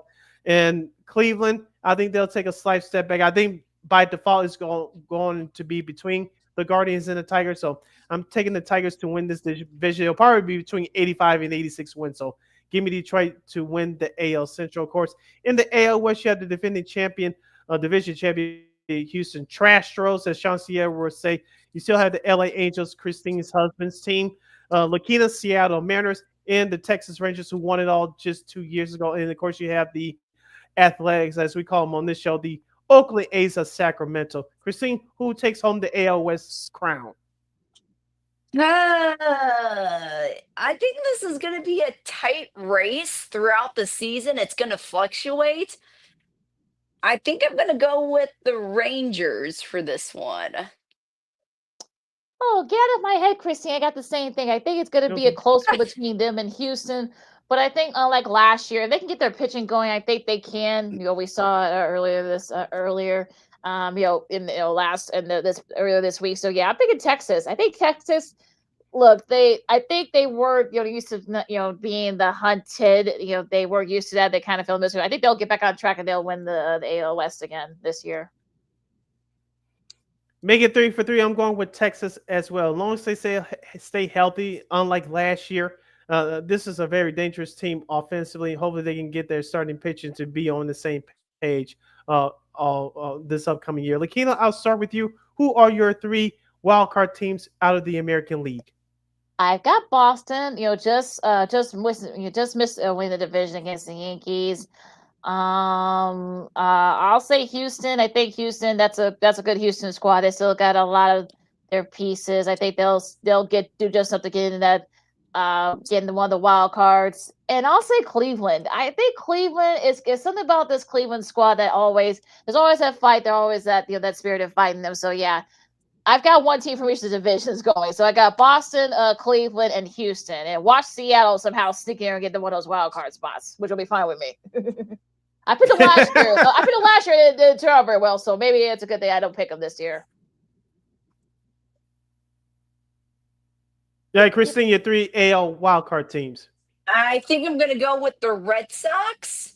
I will say Detroit and the Angels. I'm pretty impressed by them so far, so let's throw them in the mix this year. That's going to make your husband happy, and hopefully Tim Anderson, Johan Moncada, and new manager Ron Washington can keep up this early momentum. So also Christine's picks for AL wildcard. My AL wildcard teams are as follows. You're going to get 2 out of the AL East. Remember, I picked Boston to win the AL East, so you're going to get the Yankees in Baltimore. And my 3rd wildcard team is the Houston Astros. So once again, my 3 American League wildcard teams, 2 coming out of the AL East in the Yankees and Baltimore. And my 3rd wildcard team coming out of the AL West, that'll be the Houston Astros. All right. And those are our picks for MLB. They'll take them at face value, folks. Of course. Check back in with us at the All-Star break. Yeah, So right. if you want to make changes after before your All-Star break, you are more than welcome to. This is Second City Sports. Sports Coach LaKeena, McGee, Sidney Brown, of course, our girl Christine Manika from KXRB, joining us for her bi-weekly in this case, Friday visit. Christine, let's talk about March Madness first. So you got both the women's and the men's Final Fours commencing. Of course, the women's Final Four starts tonight down in Tampa. Men's starts theirs tomorrow down in San Antonio. We'll start with the women. Who do you have? Who do you have win it all? Well, I had Notre Dame winning it all, but they unfortunately, disappointed me with TCU. I think it's going to be UConn. It's UConn's, to lose at this point, especially with Paige Beckers. Okay. And what about on the men's side? You have Auburn. Again, I had Alabama. I had Alabama, and I got disappointed once again. But for the sake of that argument, I'm going to go with Duke. It's pretty clear and cut. I think this season, not really so much for the women's, but for the men's, it's been a pretty cut and dry tournament for the most part. Now, do you like the fact that it's all chalk, with all 4 number ones, or are you one of those folks that are like, oh, you like a Cinderella here and there? Well, what's your synopsis on that? It's always fun to have a Cinderella story in the mix, but you know what? It's been, I think, since 2008, since it's been a chalk up for the tournament. Mhm. So Mhm. why not throw in just a clean, cut and dry tournament this year? We haven't had one of those in a while, so we'll see. Maybe there'll be a surprise for the championship or even the final four. Yep. Sid? All right, let's move over to the NFL. We'll get to the Bears in just a moment, but the owners' meetings are wrapping up down there in South Beach, Florida this week. Of course, there'll be a couple of rule changes, including no more chain game for the referees to measure first downs. They'll be using another method to measure first downs. But the big change that did not happen yet, but is being put on hold, is banning of the tush push. Of course, it's been led by the Green Bay Packers. I heard George McCaskey, the chairman of the board for the Bears this week, he said that he's voting against it. Christine, this issue is going to be picked back up in the month of May. Do you think we'll see the banning of the tush push come next season?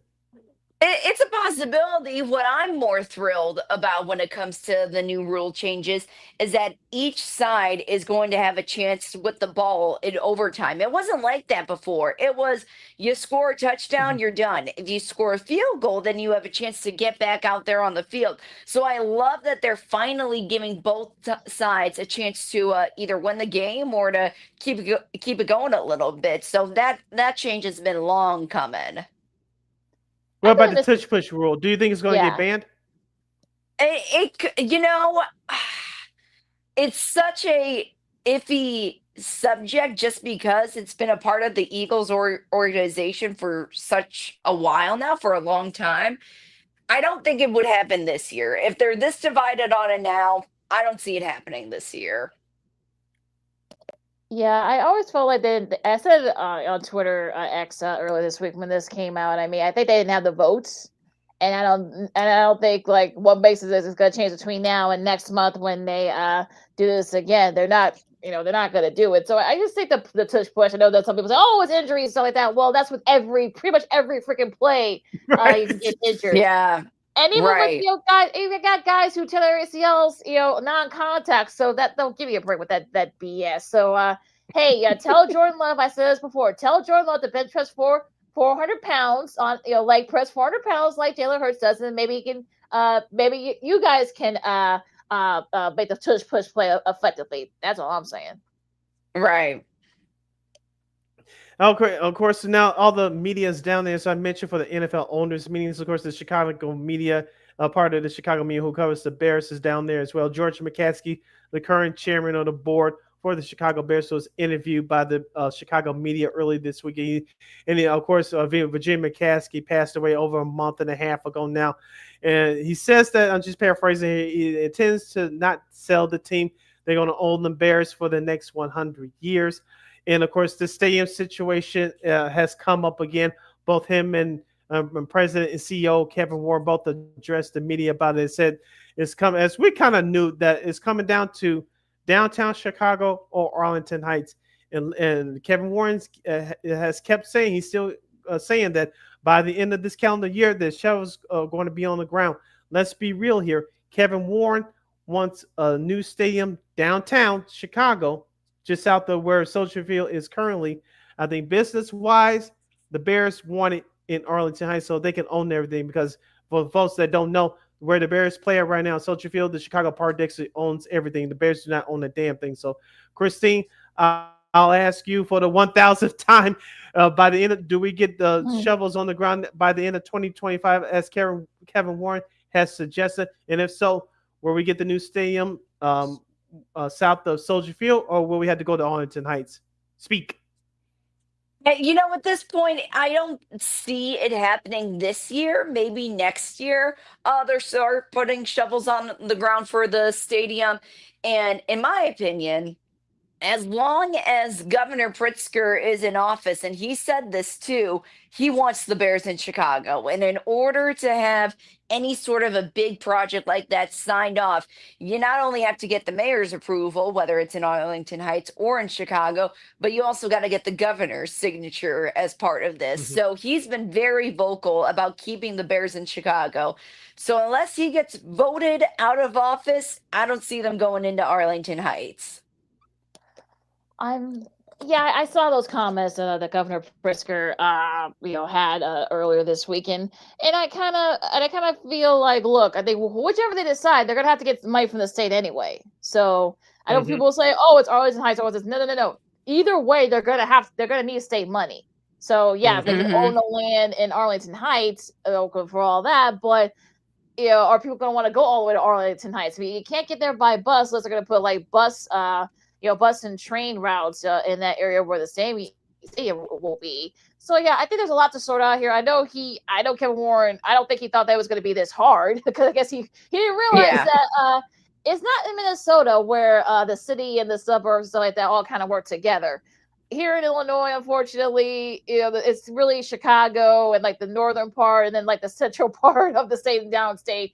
Most of the people don't really care about what goes on up in north, even though they get all the state money and whatever, whatever they get. So yeah, so it's just one of those things where I still say they're going to try to find a way to do it downtown. They're just going to do a lot of maneuvering and such. So as far as putting shovels on the ground by the end of the year, that's not happening either. He's in dreamland. I think that's going to be the case. And it's our good buddy and hopefully friend of the show, future friend of the show, Jonathan Hood from ESPN 1000 Chicago always says, we know how the state of Illinois does business. They're very stale to a point. So they usually, quote unquote, take their time in doing this thing. So like you guys said, if shovels doesn't go on the ground somewhere by the end of the year, like I said, it'll probably happen next year anyway.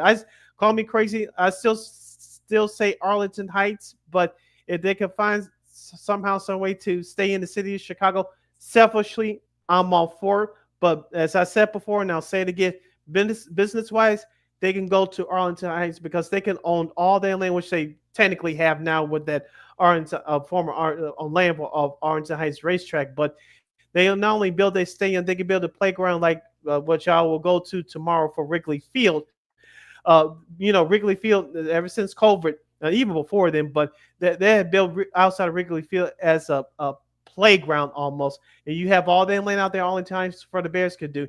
Not only you can host, we talked about this before, not only you can play Bears home games 8 to 10 times a year, you can get to host a Final Four, a future Super Bowl site. The Big Ten football and basketball championships can go there as well. You can have extra concerts there as well. So that's going to be a potentially a cash cow operation year round.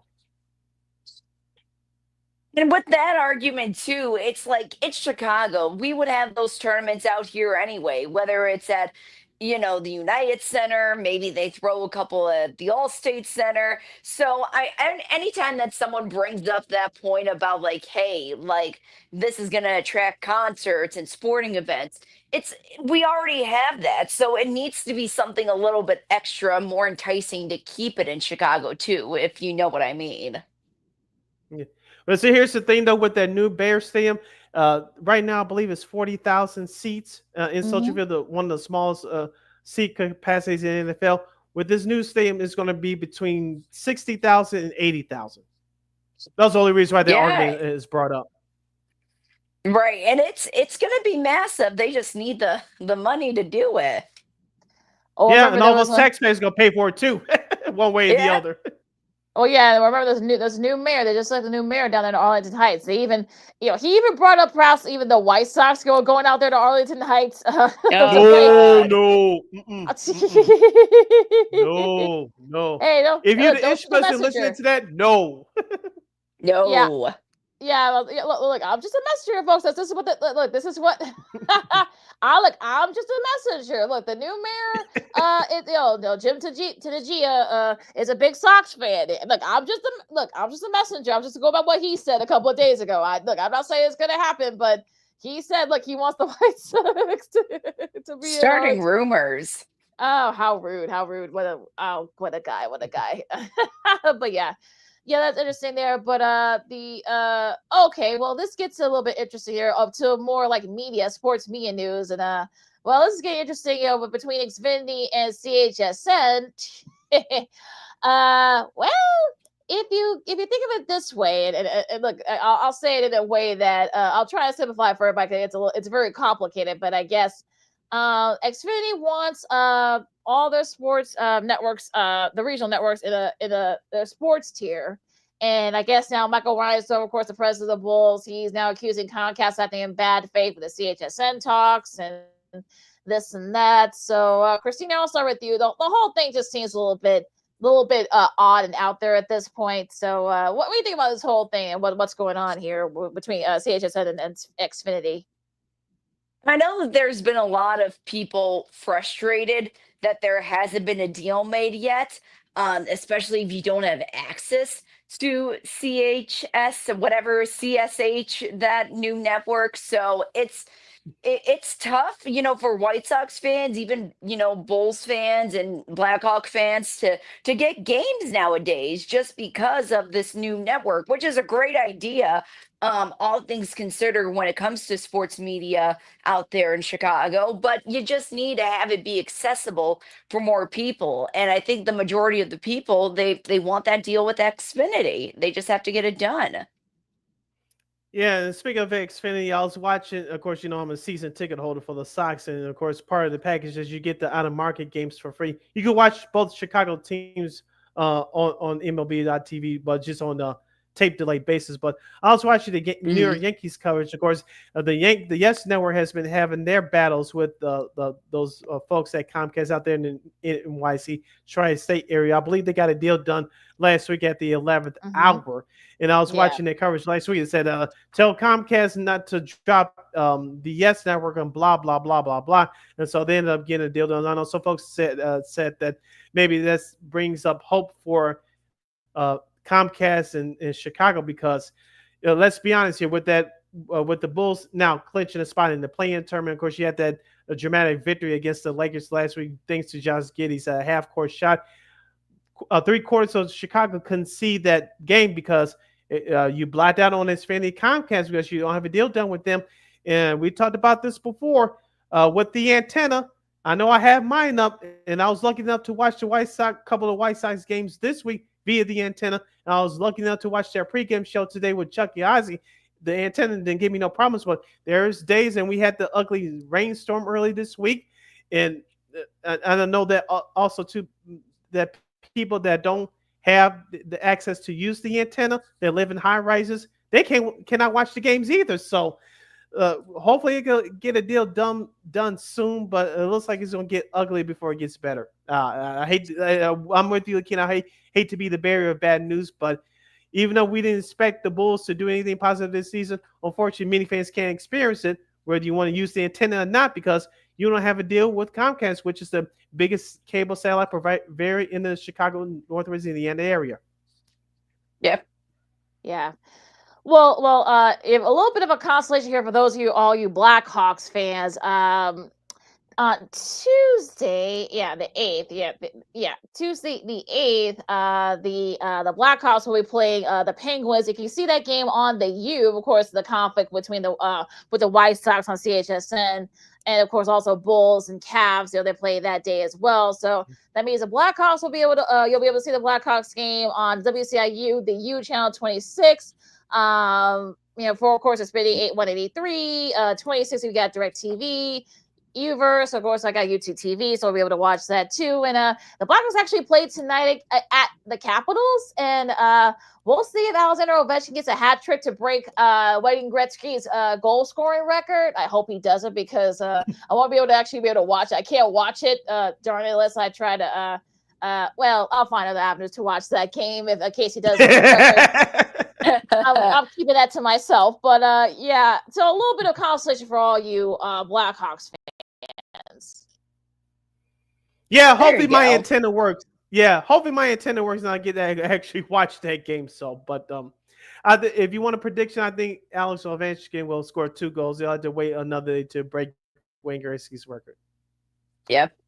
Yeah, I agree. I think the Blackhawks don't want to be a part of history like that, and I believe the Capitals. I'm trying to remember like who they next play after the Blackhawks. I'm sure ESPN and Turner is going to want to try to get that game to as many eyeballs as possible. So let me see who they play after the Islanders. Yes, the Islanders. Thank you, Christine. And they play, and that's a Sunday game too. So they'll be on TNT and True TV and streaming on Max. So if he does break the record, does do it against the Blackhawks tonight, maybe we'll see him on Sunday morning. Against the Islanders. That would be fun.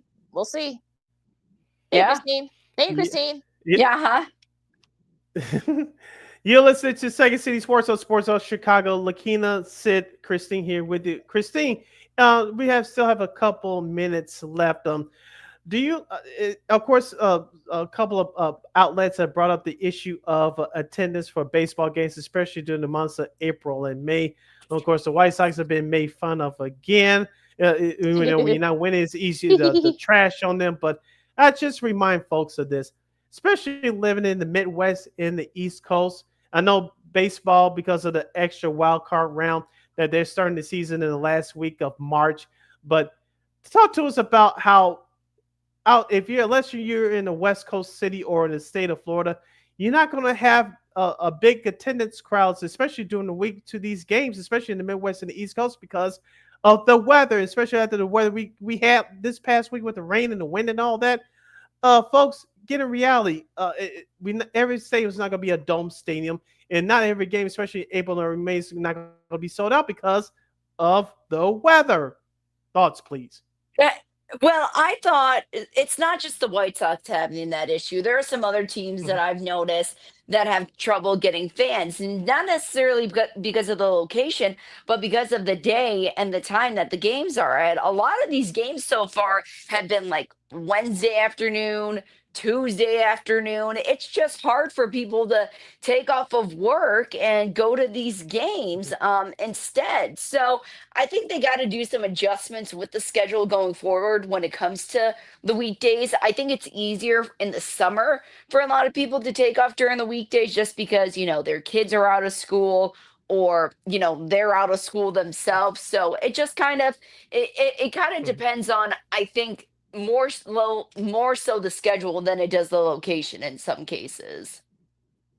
Yeah, you're right about that, Christine. I mean, we saw what happened in St. Louis, but again, weather's also an issue, especially with all the severe storms we've had here in Chicago and in other parts of the Midwest. So that's why you saw the Cubs, opening, out west, and Cleveland and Detroit too. So yeah, I think it's sort of one of those days where this is what happens when you start the baseball season so early. I know it's a money thing and whatever, but there's nothing wrong with waiting a month to start the season. Why not late April or early May instead of late March, just so that you can play around the weather with climate change and such. So yeah, I've never been a fan of starting baseball this early, but the money is the root here. So what can you do? Here's the thing. I think it does make sense. Remember, during our parents' time, LaKeena, and part of our grandparents' parents' time too, we didn't have as many teams as we do now. They used to open up the season around April 15th and go on from there. But now, like I said earlier, because of the extra round of playoffs, so you have, I believe, 30 teams now in baseball. That's kind of hard to do. If you want to do it now, that means you're going to, let's just say you want to start it April 15th. I'm talking about the season. You're going to push the playoffs to Thanksgiving. And I don't think no one wants to see that. I like baseball, playoff baseball like everybody else, but I don't think Major League Baseball wants to have playoffs have MLB playoffs going into Thanksgiving, because you're competing against the NBA, which is their season starting. The hell with them. But you're competing against college football, and most importantly, you're competing against the NFL. Well, and you remember that whole they were waiting like almost 2 hours for that rain delay in that rubber match against Minnesota. I'm talking about the White Sox. They don't come back here until, I believe, August. August, yeah. Yeah. So I can see why they wanted to kind of wait it out. Unfortunately, the Sox ended up losing that game in the series, but I get it. Yeah, you're going to be going into that issue perhaps, for the rest of this month, especially. So I think you're kind of dealing with all types of scheduling and stuff. So it's there's really no easy answer to kind of how to combat this. Yeah. And one last question before we wrap up here. One thing I want to have a bone to pick with the Chicago media. I saw this especially in the Sun Times, and I knew a couple of people who had their pictures taken for this article. I'm just paraphrasing here. It read the headline that even after a bad 120 loss record-breaking losing season, fans are still supportive of the White Sox. What did you expect this opening day? You're not going to get 10,000 people, you dopes. For the record, the White Sox attendance, it was not a sellout on opening day, but it was over 31,000 just to set the record. If the Chicago media, including the Sun-Times, thought that you were going to get 15,000 people for opening day, you're freaking crazy. And I don't want to do the whole Cubs Sox thing, but how many bad years that both teams have experienced in this town? When it comes to opening day, both those teams usually sell out. I just want to get that off my chest. Mm-hmm. There seemed to be a lot there. Your TED Talk was heard. Yes, exactly. Thank you. Right, yeah. You look at the Cubs. I mean, it's different because it's a Friday. I believe some schools are on spring break, so in around that area. So yeah, I think that's why it worked out better for the Cubs. Of course, you're facing a Padres team that's undefeated right now, so that also helps as well. So it's all types of factors here. But yeah, you're right. So that wasn't. Look, you got like White Sox fans who are, look, they'll come when they come. Exactly. One last issue before we close up shop. We're going back to the NFL. And no, we're not talking Aaron Rodgers. So he hasn't done nothing yet, and we're not going to say anything about Aaron Rodgers. Let him throw his life away in a dark cave somewhere. But Christine, we talked about the NFL getting a doubleheader on Netflix last year. The NFL is going to double down. Now, no, triple down. You're going to get 3 games on streaming on Christmas Day starting this upcoming season. On Christmas Day, the doubleheader on Netflix, the nightcap on Amazon Prime. The NFL wants your money and then some. Thoughts, young lady?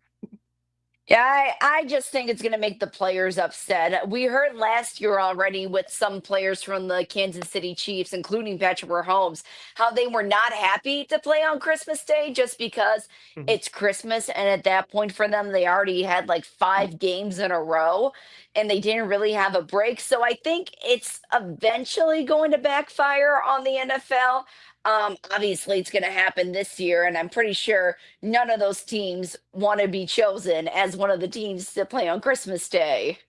Don't be surprised if it's the Bears. I'm just saying. I'm putting it out there right now. They already got Thanksgiving, so I don't know.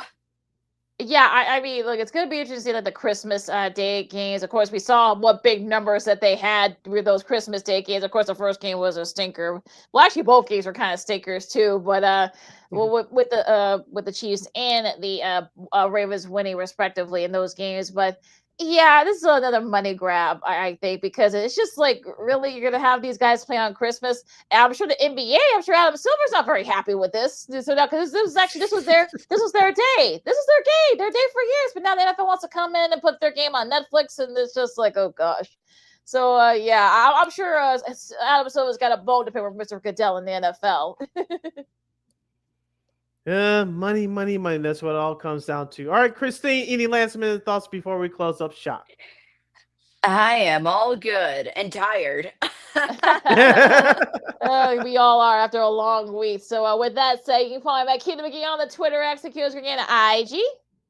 You can follow your Shirley Sidney Brown on the Twitter, X, and the IG at SidKid80. Once again, it's SidKid80. That's SIDKID80. SIDKID80. Christine, where can the lovely people follow you on social media? They can follow me on Twitter or X at CManika_KXRB. All right, of course, you can catch our show, Sucker City Sports, and all the great content we have here on Sports on Chicago. Wherever you get your apps on the Sports on Chicago or on the Sports on Chicago's Facebook and YouTube channels. You can catch the replays of our show, Sean and Maya, the Smoke Fellas, and other great content. Of course, you can catch Sports on Chicago's replays anytime, anywhere, right here on Sports on Chicago's Facebook and YouTube pages. And we will provide. All right. Of course, we're going to thank our girl, Miss Christine Manika from KXRB for joining us once again. Of course, you can catch her on KXRB if you're in Sioux Falls. All right there for you. And again, Christine, thank you so much again. And take us home. Thank you. Be sure to download.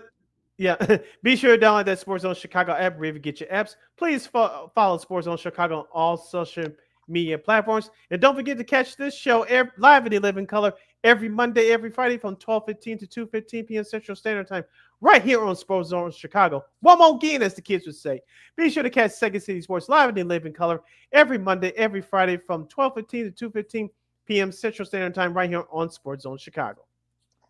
And of course, enjoy the Final Four, baseball, the last 2 games of the NBA, and of course, NHL. We'll see if Ovi can break the record. Hopefully, he doesn't against the Blackhawks on Sunday tonight. Break my antenna. Yeah, exactly. Of course, it'll wait until Sunday so we can all watch it. But of course, for Sid and Christine, stay safe out there, folks. I'm LaKeena with Second City Sports on Sports Zone Chicago, and we'll see you guys next week. Go Sox! Holla!